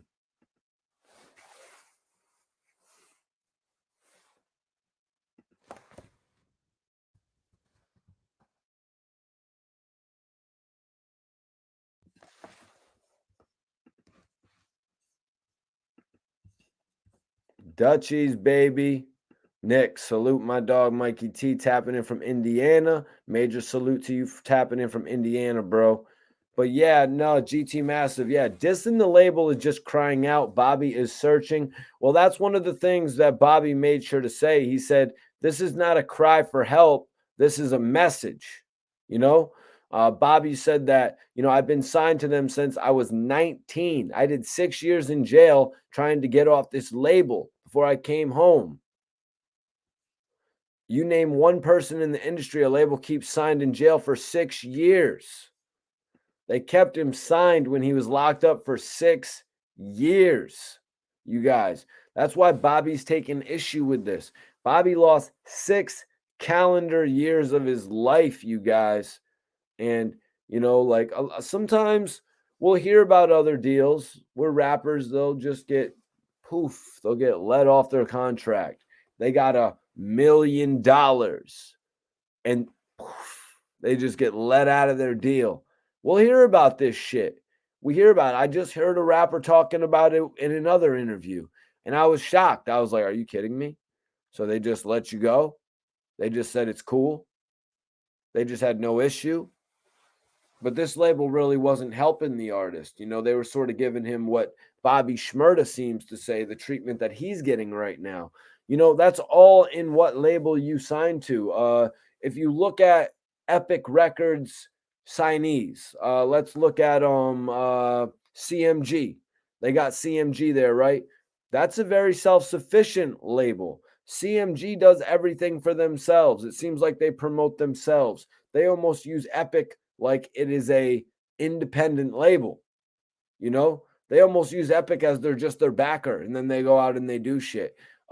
That's why I feel like Epic Records signed Rick Ross, because Rick Ross has everything together as an artist. He's usually promoting himself. Artists that haven't worked on Epic, artists that seem to need the push, don't work on Epic. Bobby Shmurda was just coming up off of one single. He needed that extra push. Another artist, SBOE, Slow Bucks Over Everything, or Slow Bucks. They had signed with Epic Records. It didn't really go anywhere because Slow Bucks didn't have a major name. They needed promotion. You know what I'm saying? They actually needed promotion. Bobby Shmurda, even though he had the major single, he still needed promotion. It's not like he was Snoop Dogg. You know what I'm saying? It's not like he is Snoop Dogg to the point where you're a walking advertisement. Maybe Bobby's a walking advertisement now, but still, that doesn't matter. They need to promote his music. You know what I'm saying? You can put Bobby Shmurda with a water product or a food product. You could put him with an alcoholic beverage. And that's why I was saying earlier, that's where a lot of rappers make their money now. You know, they make their money based on these, you know, these endorsements that they get, these movie roles that they get, a reoccurring TV show role that they get, like shit, like Easy to Block Captain. Like, look, sometimes rappers will get money from talk shows that they do. Look at Snoop Dogg with the GGN network. You know what I mean? Different things like that. Look at Joe Budden moving over to Complex with academics on Everyday Struggle. You know, there's extra incentives when it comes to being a rapper, you guys. Sometimes the biggest checks are outside of the rap industry. But I mean, that's not to say that the big checks are, you know, or no, not even to say that. I was just making the comparison that the big checks are outside of actually selling music yourself.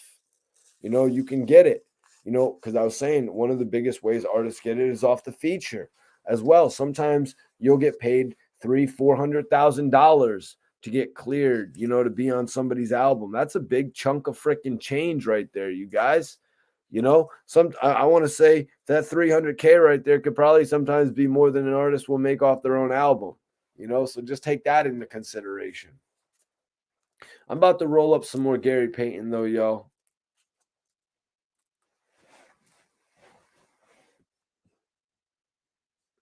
Biko says we need to see that deal obligations. Yeah, man. Like, honestly, what did they sign him for? For him to be asking out of the deal? Was it just a one album deal? You know what I mean? If it wasn't a one album deal, I mean, at this point, he's only turned in an EP, right? He's only turned in an EP. So just because the EP went gold, it doesn't mean I don't think you have a right to, you know, you don't really have a right to ask out of your deal. But Bobby Shmurda isn't asking to get out of his deal. Bobby Shmurda is asking to release his album, Ready to Live. You know, Bobby is sick of waiting. He's already paid to shoot the videos on his own. You know what I mean? Because of all this bread he's got, he's actually spent a whole bunch of money out of his own pocket to shoot his videos.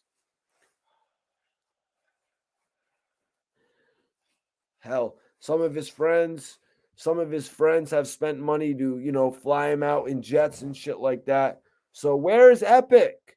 You know what I mean? Where was Epic when Bobby needed you the most? Major salute, Demetrius. Chicago's tapping in. Where was Bobby when Epic Records needed him the most? And I'm talking about when he was locked up in a position to beat these charges. George, no. Lil Wayne was not with Epic Records. Lil Wayne is pretty much he's only been with Cash Money.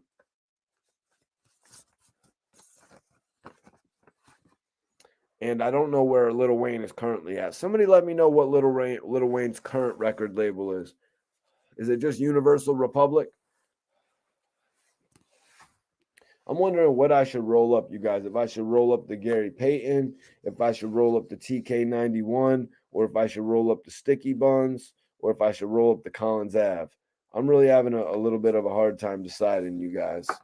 But honestly, what I'm not having a hard time doing is enjoying this Gary Payton. So it's looking like Gary Payton tonight, baby. And I appreciate everybody tuning in with me tonight, man. I know it's Friday night. I know y'all probably out doing your thing. You know what I mean? But now you're tuned in with me, and I really appreciate it. You know, tonight we were pretty much talking about Bobby Shmurda blasting Epic, you know, after the Whack 100 disses, after all the public crying out, after all the message boards talking about Bobby, where's that album? Where's that album, Bobby? Bobby. You know what I mean? All different types of shit like that.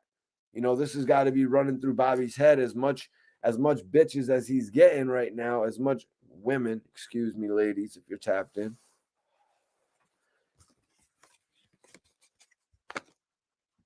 We appreciate you, Mikey T. Appreciate you for tapping in, James. Jason Voorhees says Bobby is a one-hit wonder. That'd be crazy. That would be absolutely crazy to see Bobby Shmurda make a cameo in a Jason Voorhees movie. You know what I mean? Where he just gets, you know what I mean? Jason just takes him out in like one scene. He could do like his signature laugh. He could be tripping, and then Jason could take him out. How hilarious would that be?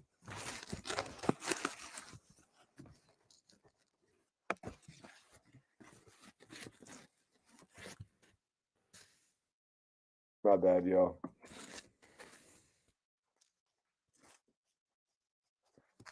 What do you mean? Bobby needs to get his acting on.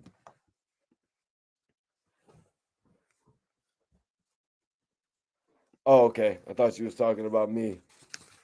Bobby needs to get his acting on. All right, fine. Bobby doesn't need to do that one. Let designer do it. Let designer do it, and designer could be playing banana panda, and then Jason could pop up behind him. I better get a credit for that as well, New Line Cinema, when you use that shit. Do y'all think 50 would do that? Yeah, that's true. He needs to go Hollywood. That's what I think he wants out of these labels. Like, but you know what, man? Bobby, you already paid for a videographer, right? You paid for a videographer. Go pay for an agent. Go get an agent. Your whole body isn't tatted up. That's one thing you're ahead of the game. You ain't all paws. Your body ain't all your face, more importantly. Never mind your body. You know what I mean? They can work with that in Hollywood. All types of actors have tattoos. You can work with that. When it comes to your face, that's an issue. So Bobby can work on that shit right there. Yes, Rana. Yes, I was gonna say P. I was gonna say the P word, but I decided to go with the B word. But you just gotta relax it down a little bit. Where was I going? I lost my train of thought though, right there. No, I was gonna say, do you guys think 50 Cent would appear in a horror movie like Halloween or like Jason Friday the 13th and be performing in the club and then let one of the main villains in the movie, kill him? Do you think 50 Cent would be open to a cameo like that if he got paid like $300,000 or $400,000? Or does that just seem like too ridiculous?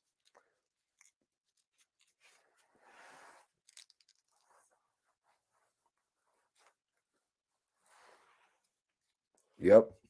Biko says, "Yup, Universal." Yeah, Lil Wayne has pretty much been Universal his whole life. You know what I mean? He's pretty much had the best backing his whole life. He's always been a part of popular albums. All of his albums have probably been dope besides two. Um, the 500 Degrees album, and what was that one called? Like Blacklight or something?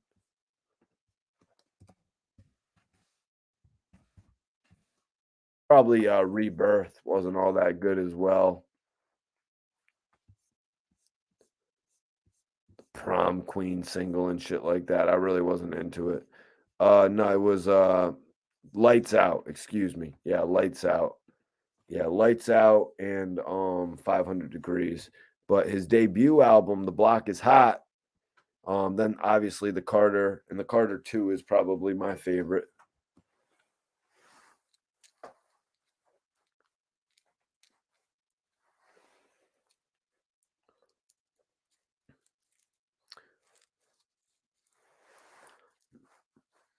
Yo, Biko, you're speaking a lot of truths right here, man. Bobby is going to have to work extra hard if he wants to be a part of that elite that is involving the likes of Moneybag Yo, Little Baby, Dirk. Yeah, it is hard to get into that crowd. You know what I mean? You have to be musically talented or you got to have some sort of a musical edge or you got to have some sort of a musical edge to actually fit in that, in that circle. I think Max B is actually gonna be one of the artists to fit in that circle, though, you guys.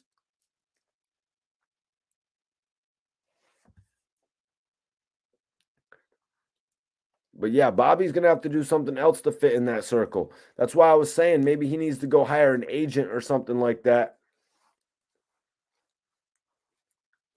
Because like he might need to take another avenue with it. I know he has a relationship with you know, I know he has a relationship with Kevin Hart and all that, but he needs to really take it to the next level, maybe get into the acting shit if he could pull himself together a little bit.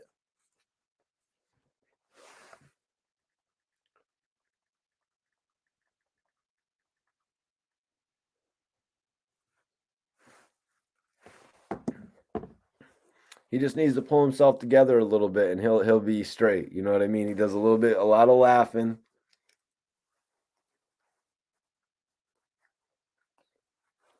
But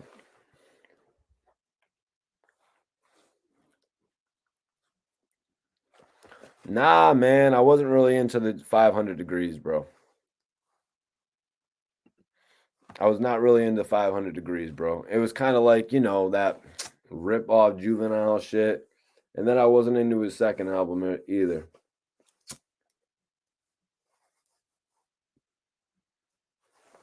But then he came back with the Carter, obviously. He decided he was going to go a whole nother route with it.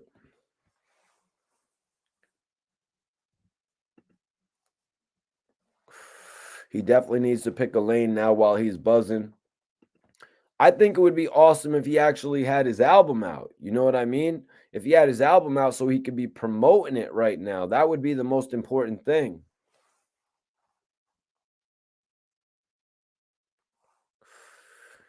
Because right now he's just going and doing all this shit and it's pointless because he doesn't have a product out. You know what I mean?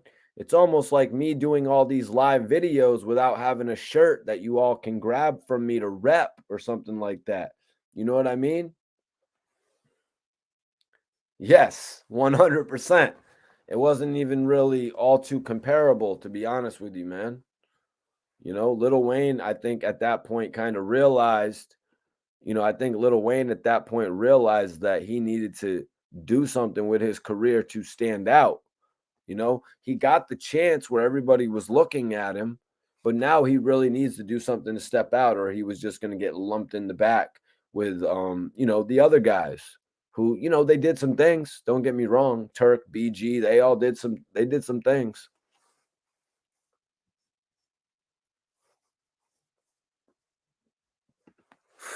Yo, are you talking about like Shmoney and shit? Yeah. Cause that's one thing I said. Like anybody trying to diss Bobby Shmurda, he actually makes music that you can dance to. You know what I mean? Bobby Shmurda actually makes music that you can dance to.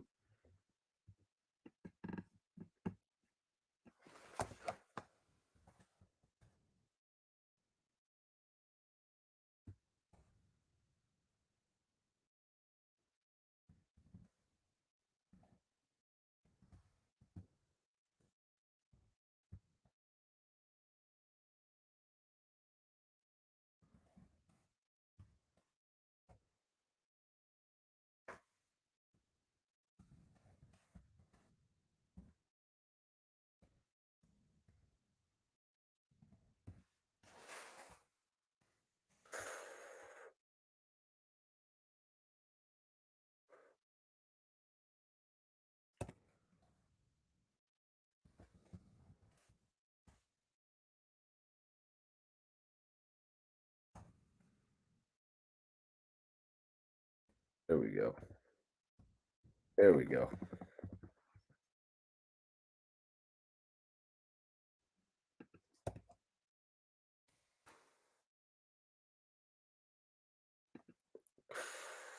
Sorry, guys. Enjoying this Gary Payton on y'all.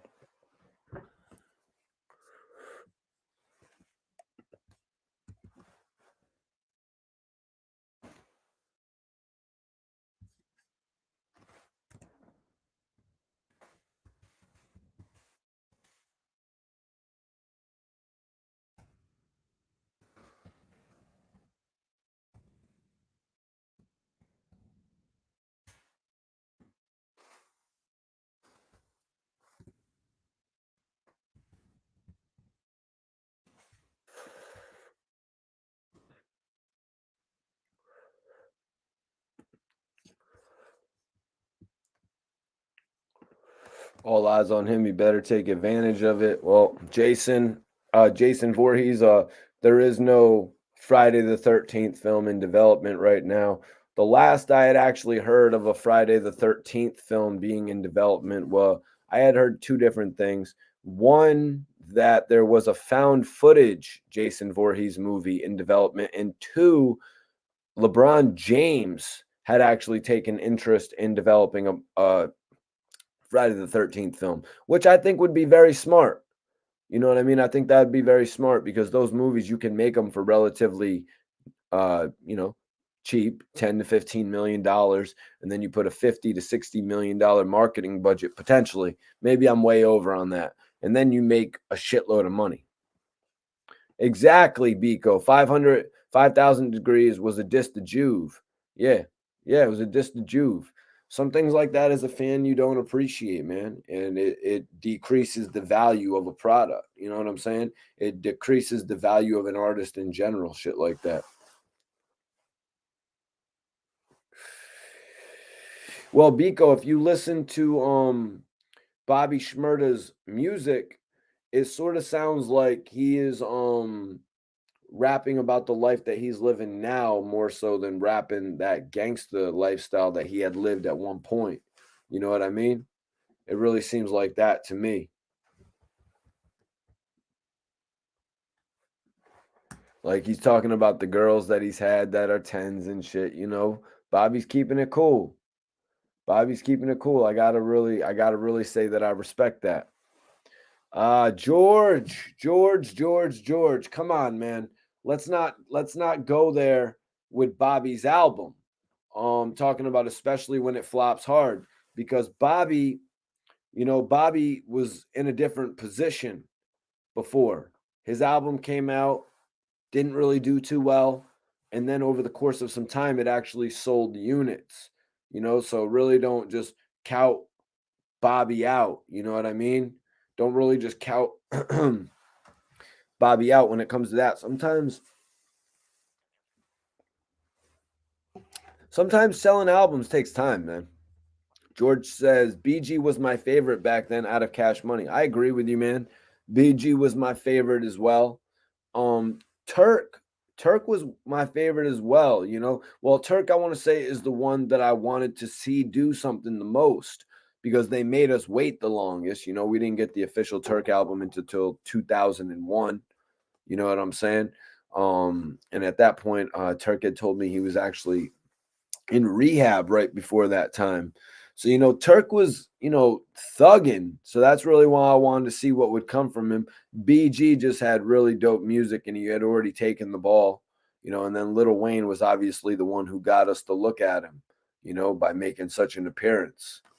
And then Lil Wayne held everybody's attention. He didn't let it go. He built on it. Yeah, I was messing with Turk back then, man. He had a cool ass look back then, man. Turk does his thing nowadays, though. Jason Voorhees says, I quit making movies, Mikey. They wanted me to wear a dress. I never heard the rumor about Michael. I mean, excuse me. Oh, sorry, Jason. I almost called you Michael Myers there, man. My bad, big dog. My bad, big dog. But I mean, let's face it, the Halloween movies that Jamie Lee Curtis has been producing the last few years, even though Halloween Kills wasn't all that great, have been much more successful than really any of the Jason Voorhees movies.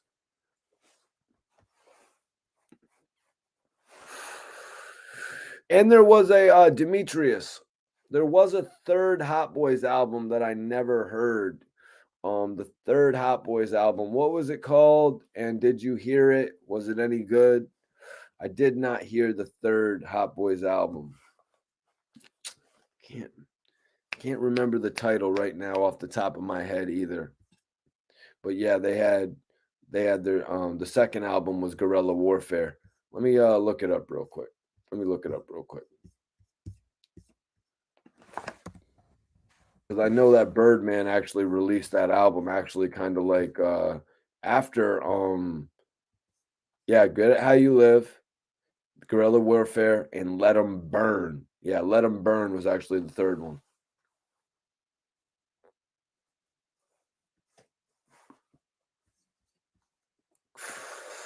Yep, facts. Turk, Young, and Thuggin. Biko saying, people not trying to hear that. They want to hear Bobby before jail in 2022. What led to those 6 years in jail? That's a good point, Biko.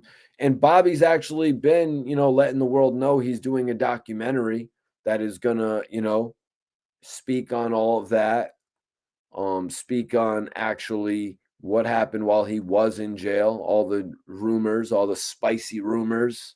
You know what I'm saying? Bobby did get charged with some additional things while he was locked up as well.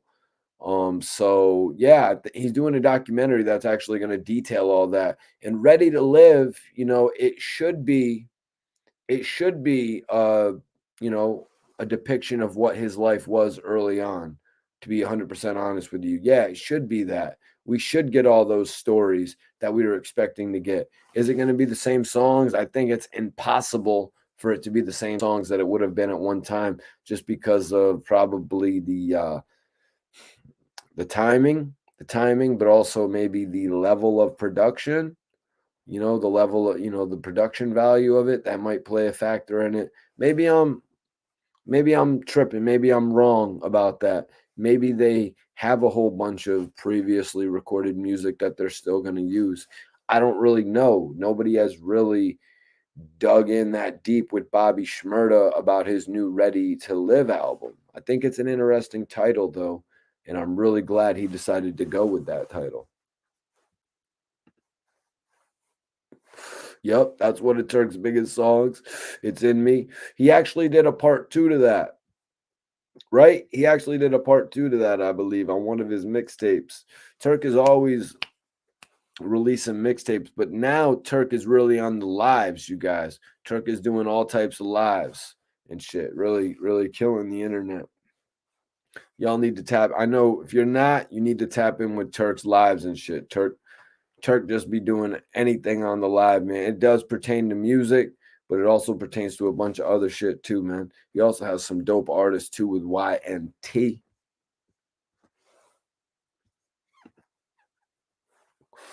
Yeah, Turk was the shit, man. I really would have liked to have seen, him around a little bit longer. Obviously, he did go over to Koch Records. You know what I'm saying? He released one album on Koch, and then another one was released while he was incarcerated. So Turk actually had three albums out. What was it called? Uh his first album, obviously, Young and Thuggin'. The third album was called Penitentiary Chances, but what was the second album called? Raw and Uncut. That's right. That's right. Raw and Uncut. Hold on. Still a Hot Boy. Yeah, Still a Hot Boy, too. I totally forgot about that. Totally forgot about Still a Hot Boy. And then there was a Convicted Felons project. Wow. Wow, man. That's freaking awesome.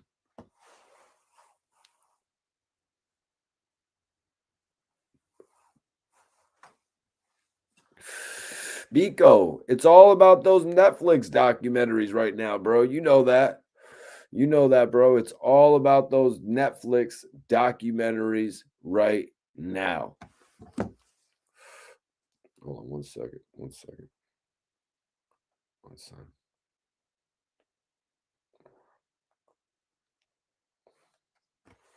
One second. Oh, gotta send the text real quick.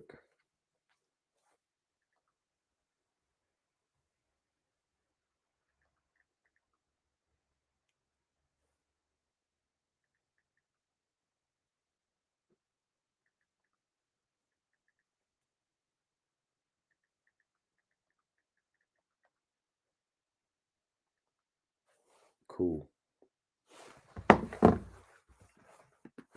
But yeah, man, it's all about documentaries now. I think we can both agree with that. It's all about documentaries right now, man. Especially if Bobby can get that documentary on Netflix. That'll be the most important thing. Just like my brother Jeremiah Kipp's new film Slap Faces on Shudder. It's all about the streaming services right now. I want to ask everybody to send in some open questions. We're gonna end off. We always end off the show with the open questions, y'all. We spoke on Bobby tonight. We spoke on DaBaby, who I actually had an opportunity to witness perform. Like, I was literally standing right here on the stage filming DaBaby. You know what I mean? So I really felt the electricity of a show with DaBaby. Young Dolph's suspect straight drop has pled not guilty. He's not due back in court for at least another month and a half. So we'll see what happens at his next court appearance. Not really sure what's going to go on there. You know what I mean? Not really sure what's going to go on there. Can't really remember, to be honest with you, how it plays out when you got to go to court like 4 times over those course of those 4 months to see how everything goes. But I think we all know straight drop is straight screwed. And then we also spoke on, Bobby Shmurda. Bobby Shmurda, you guys, pretty much letting his label have it. You know what I mean? Bobby, he said it was not a cry for help. He said it wasn't a cry for help, but he just wanted to let everybody know that his album, Ready to Live, is being held up right now. That's the album title, an ode to the Notorious B.I.G. That's right. Bobby Shmurda naming it after the late, great Notorious B.I.G., which makes me hella interested in the project. But yeah, I'm opening it up right now. If anybody has any questions before we get out of here tonight, I'm going to finish up on this Gary Payton. But I want to take some open questions if anybody has anything that they want to ask.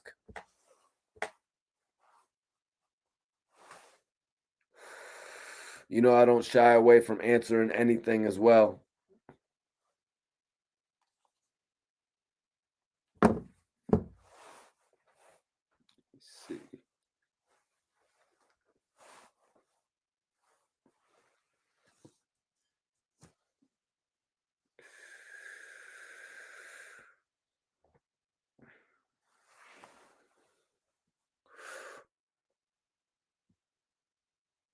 Appreciate you, Joseph. Major salute for you for tapping in tonight. GT Massive, been seeing it, but I went home. They know they are facing life. What are you talking about, bro?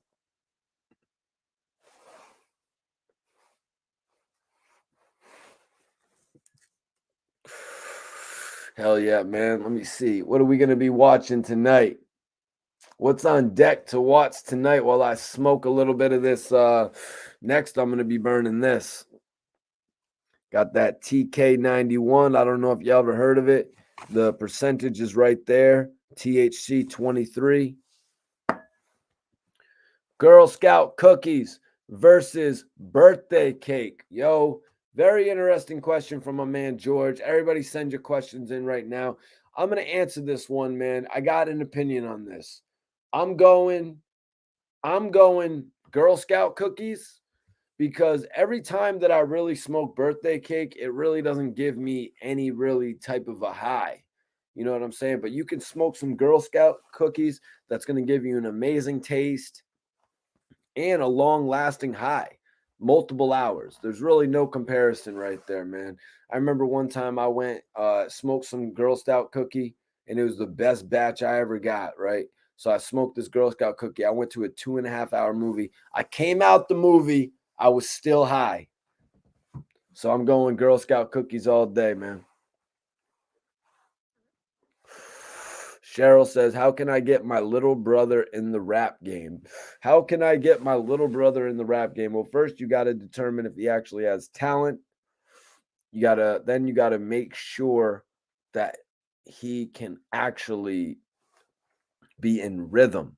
So that's one of the biggest things is actually making sure that he can be in rhythm. Like let him know what's up with rhythm, how he cannot be, don't a lot of the thing about being an MC or any type of public speaker is being shy about doing it. So that's one thing. As long as he can learn how to do it properly, I don't think he'll be shy about doing it. One of the issues I had is like early on is rhythm. Like I never really had anybody to teach me rhythm back in the day, to be 100% honest with you. But actually never. I made it a little bit further than acapella raps, but that started way back at like 12 years old and shit. But yeah, let me see. Mikey T, have you ever watched the 100 TV series? Send in your questions, y'all. I'll answer anything like that, even something like this about the 100 TV series. George, I've never actually heard of the 100 TV series. Where can I find it? But more importantly, what is it about? If you're asking, it must be something that's sort of similar to Grand Theft Auto. I love a little Grand Theft Grand Theft Auto gameplay. So if the show is anything like that, where you can just walk outside of your house and rip somebody out of their car, I might be interested in it. But I want to let you all know as well, I have an interview dropping this week with Bizarre from D12. That's right, you guys. Bizarre from D12 is coming on the channel. He gave me an exclusive interview. I'm really excited about it. We covered a lot of shit that I think y'all are going to love. Wait till y'all see this interview. Let me see. Biko says, should I be a host on your show in the future? I got knowledge for this. Biko, it depends, man. I really, this is kind of like most of the time it's a one-man show, to be honest with you, man. Grapefruit Durban, be tasty. Grapefruit Durban. I haven't really had too much grapefruit other than the those things that you would like, the vape. Remember that, wasn't it called like a dragon fruit? No, that was dragon fruit. Was that dragon fruit or grapefruit? The vape pens and shit. Let me see. Open questions, y'all. Everybody send in your questions right now. Shelton has a question about Snoop Dogg and Death Row. Sorry, you guys. I'm just looking into my movie selection for tonight. What is this? Shut In. Shut In. That sounds a little interesting. Oh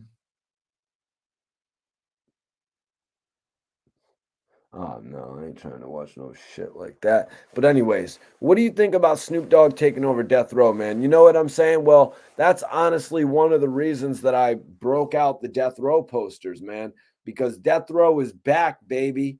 Death Row is back, and it's in mainstream headlines, popular headlines as well, positive headlines as well, you guys. That's why I said, screw it. Let's break out the Death Row posters. I pulled out the old school, and then I went and actually copped the 30th anniversary 2021 shit.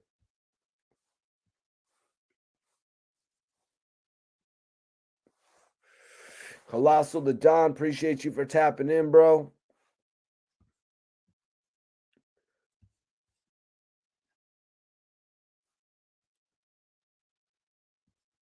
Congrats to Snoop Dogg.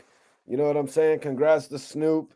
Not just on the Corona commercial, not just on all the major endorsements he's got over the years, but actually taking it back a step further and getting ownership, you guys.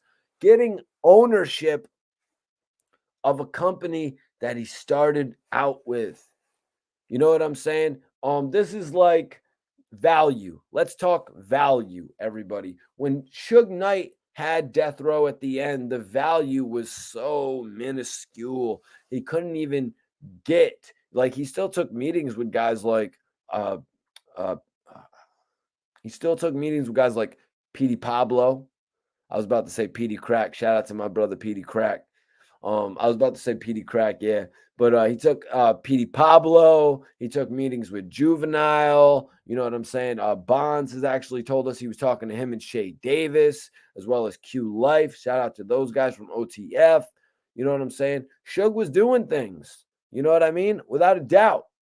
But the record label value went down drastically. And then when he lost it, and it was picked up by somebody that was totally irrelevant to what Death Row is, the value just, in my mind, it had to go even worse. It was like, how will they ever promote these Death Row products properly? But now in the hands of Snoop Dogg, you guys, send in your open questions, by the way. We're at that portion of the show where everybody can send in some open questions. But now with Snoop Dogg, I got a feeling that it just makes Death Row worth so much more. The value of all of those projects, all of the, maybe there's video. I'm sure the video stuff would have to get signed off on by whatever artists that were involved. You know what I mean? I'm sure there's all types of music videos and songs that Snoop Dogg could get released. Snoop Dogg could potentially host things with the old Death Row projects. I'm just throwing out some ideas here. You know, we could potentially get the Crooked Eye album. There could be Dog Pound albums that we never got. Who knows, you guys? And then the fact that all this catalog is going to be really able to be distributed to different films. Snoop Dogg is really going to cake on this opportunity, man.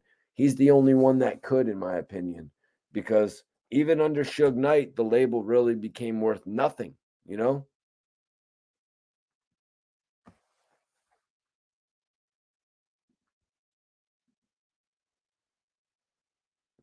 Ooh, damn. Let me see what's going on here. But listen, I want everybody to click the link that's pinned. I want you guys to check out my new interview with South Strip. Definitely an interview that I'm really happy with.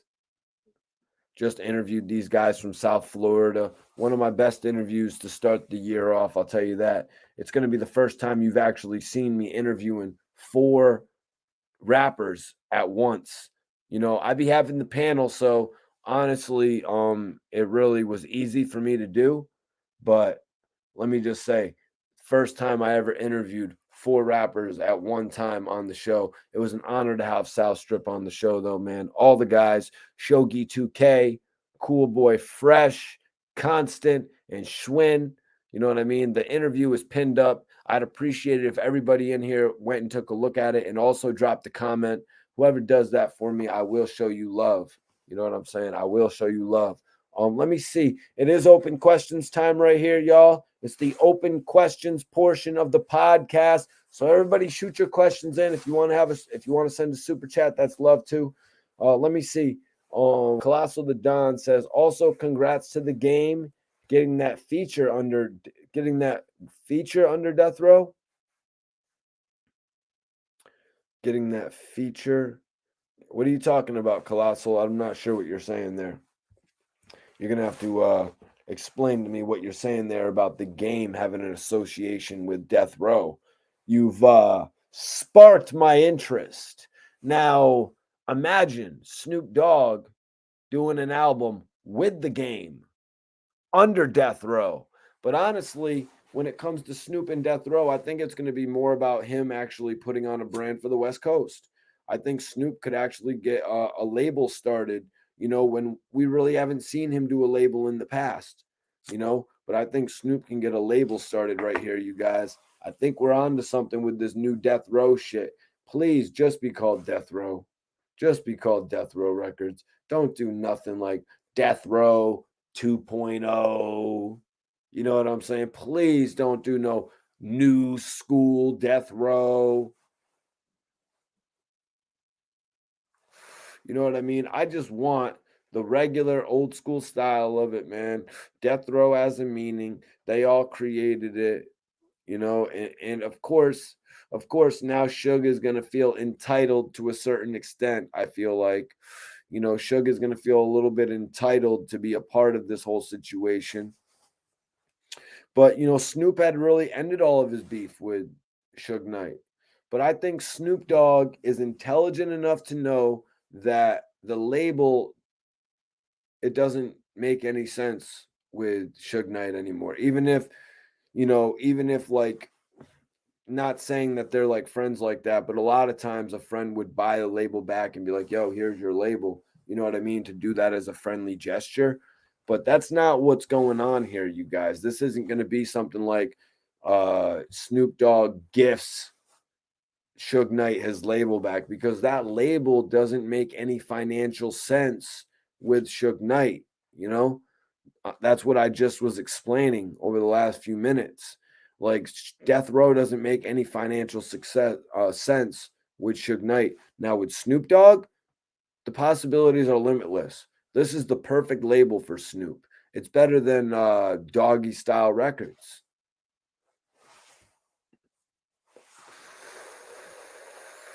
And at Death Row, I hear you getting treated like boot camp. Well, yeah, you know how it is on Death Row, man. Jason Voorhees, of all people, you know what it is like on Death Row. I mean, in the Jason Voorhees Friday the 13th films, we never actually saw Jason Voorhees, you know, go into any type of a jail cell or like on Death Row and rip somebody out of there, except in Jason number 9, Jason Goes to Hell. There was a little bit of jailhouse activity in there, man. Yeah, Shelton. It actually changed. It got changed to the row. THA. They got changed to the row. You know what I mean? He actually signed a bunch of dope talents. He apparently had Lisa Left Eye Lopez on there as Nina. Apparently, she was going to do an album with Death Row. I mean, that would have been cool. I'm not going to even sit here in front like that wouldn't have been cool. They actually got a magazine cover as well, with that whole thing with Lisa. And they had Crooked Eye, who would later go on to sign with Shady Interscope. He was a member of Slaughterhouse. They had he was rocking with Spider Loke as well. Spider Loke had told me Spider Loke would go on to rock with G Unit. You know what I mean? So he had some talent over there. And like I said, he was really reaching out to find a leader for the group. You know what I mean? I think he was trying to find his next major guy at the label. And that's why he was building with Petey Pablo. And that's why he was trying to reach out to Juvenile. You know what I mean? And he was trying to reach out to a Shay Davis, taking meetings with Ja Rule and shit like that. Yeah, man. Suge Knight was really looking to find the next head honcho of his label.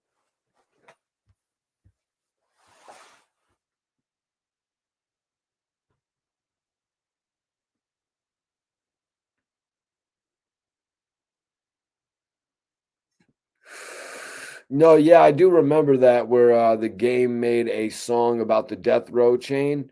But so what do you did Snoop Dogg feature on that song though, Colossal? Because I don't really remember, but I do remember a song that he made in ode to the death row chain. Yeah. Having a death row chain is so classic. You know what I mean? It was almost like the Jay-Z Rockefeller chain. I think the Jay-Z Rockefeller chain has become more classic, but Snoop Dogg is going to bring back the death row chain. I need my death row chain, you guys. When I get on in the industry and shit, I'm going to get one made up and I'm going to be like, Snoop, had to get the death row chain. Actually, I probably should wait for Snoop Dogg to gift me the death row chain before we go there with it. So yes, that's what we'll do. You don't go just because you get a record deal, you don't go buy a death row chain.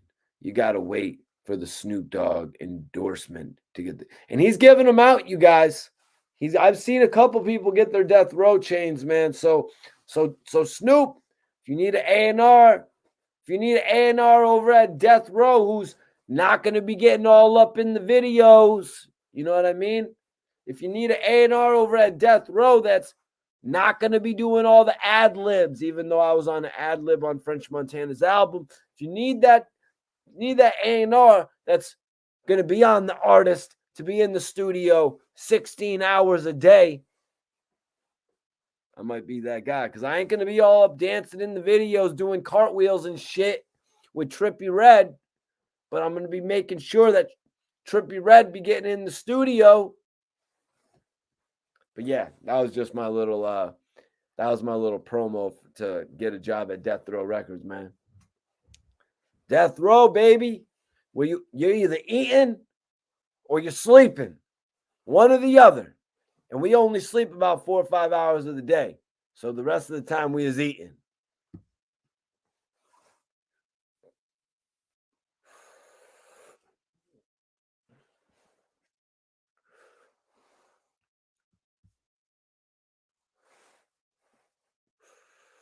But yeah, so let me Snoop.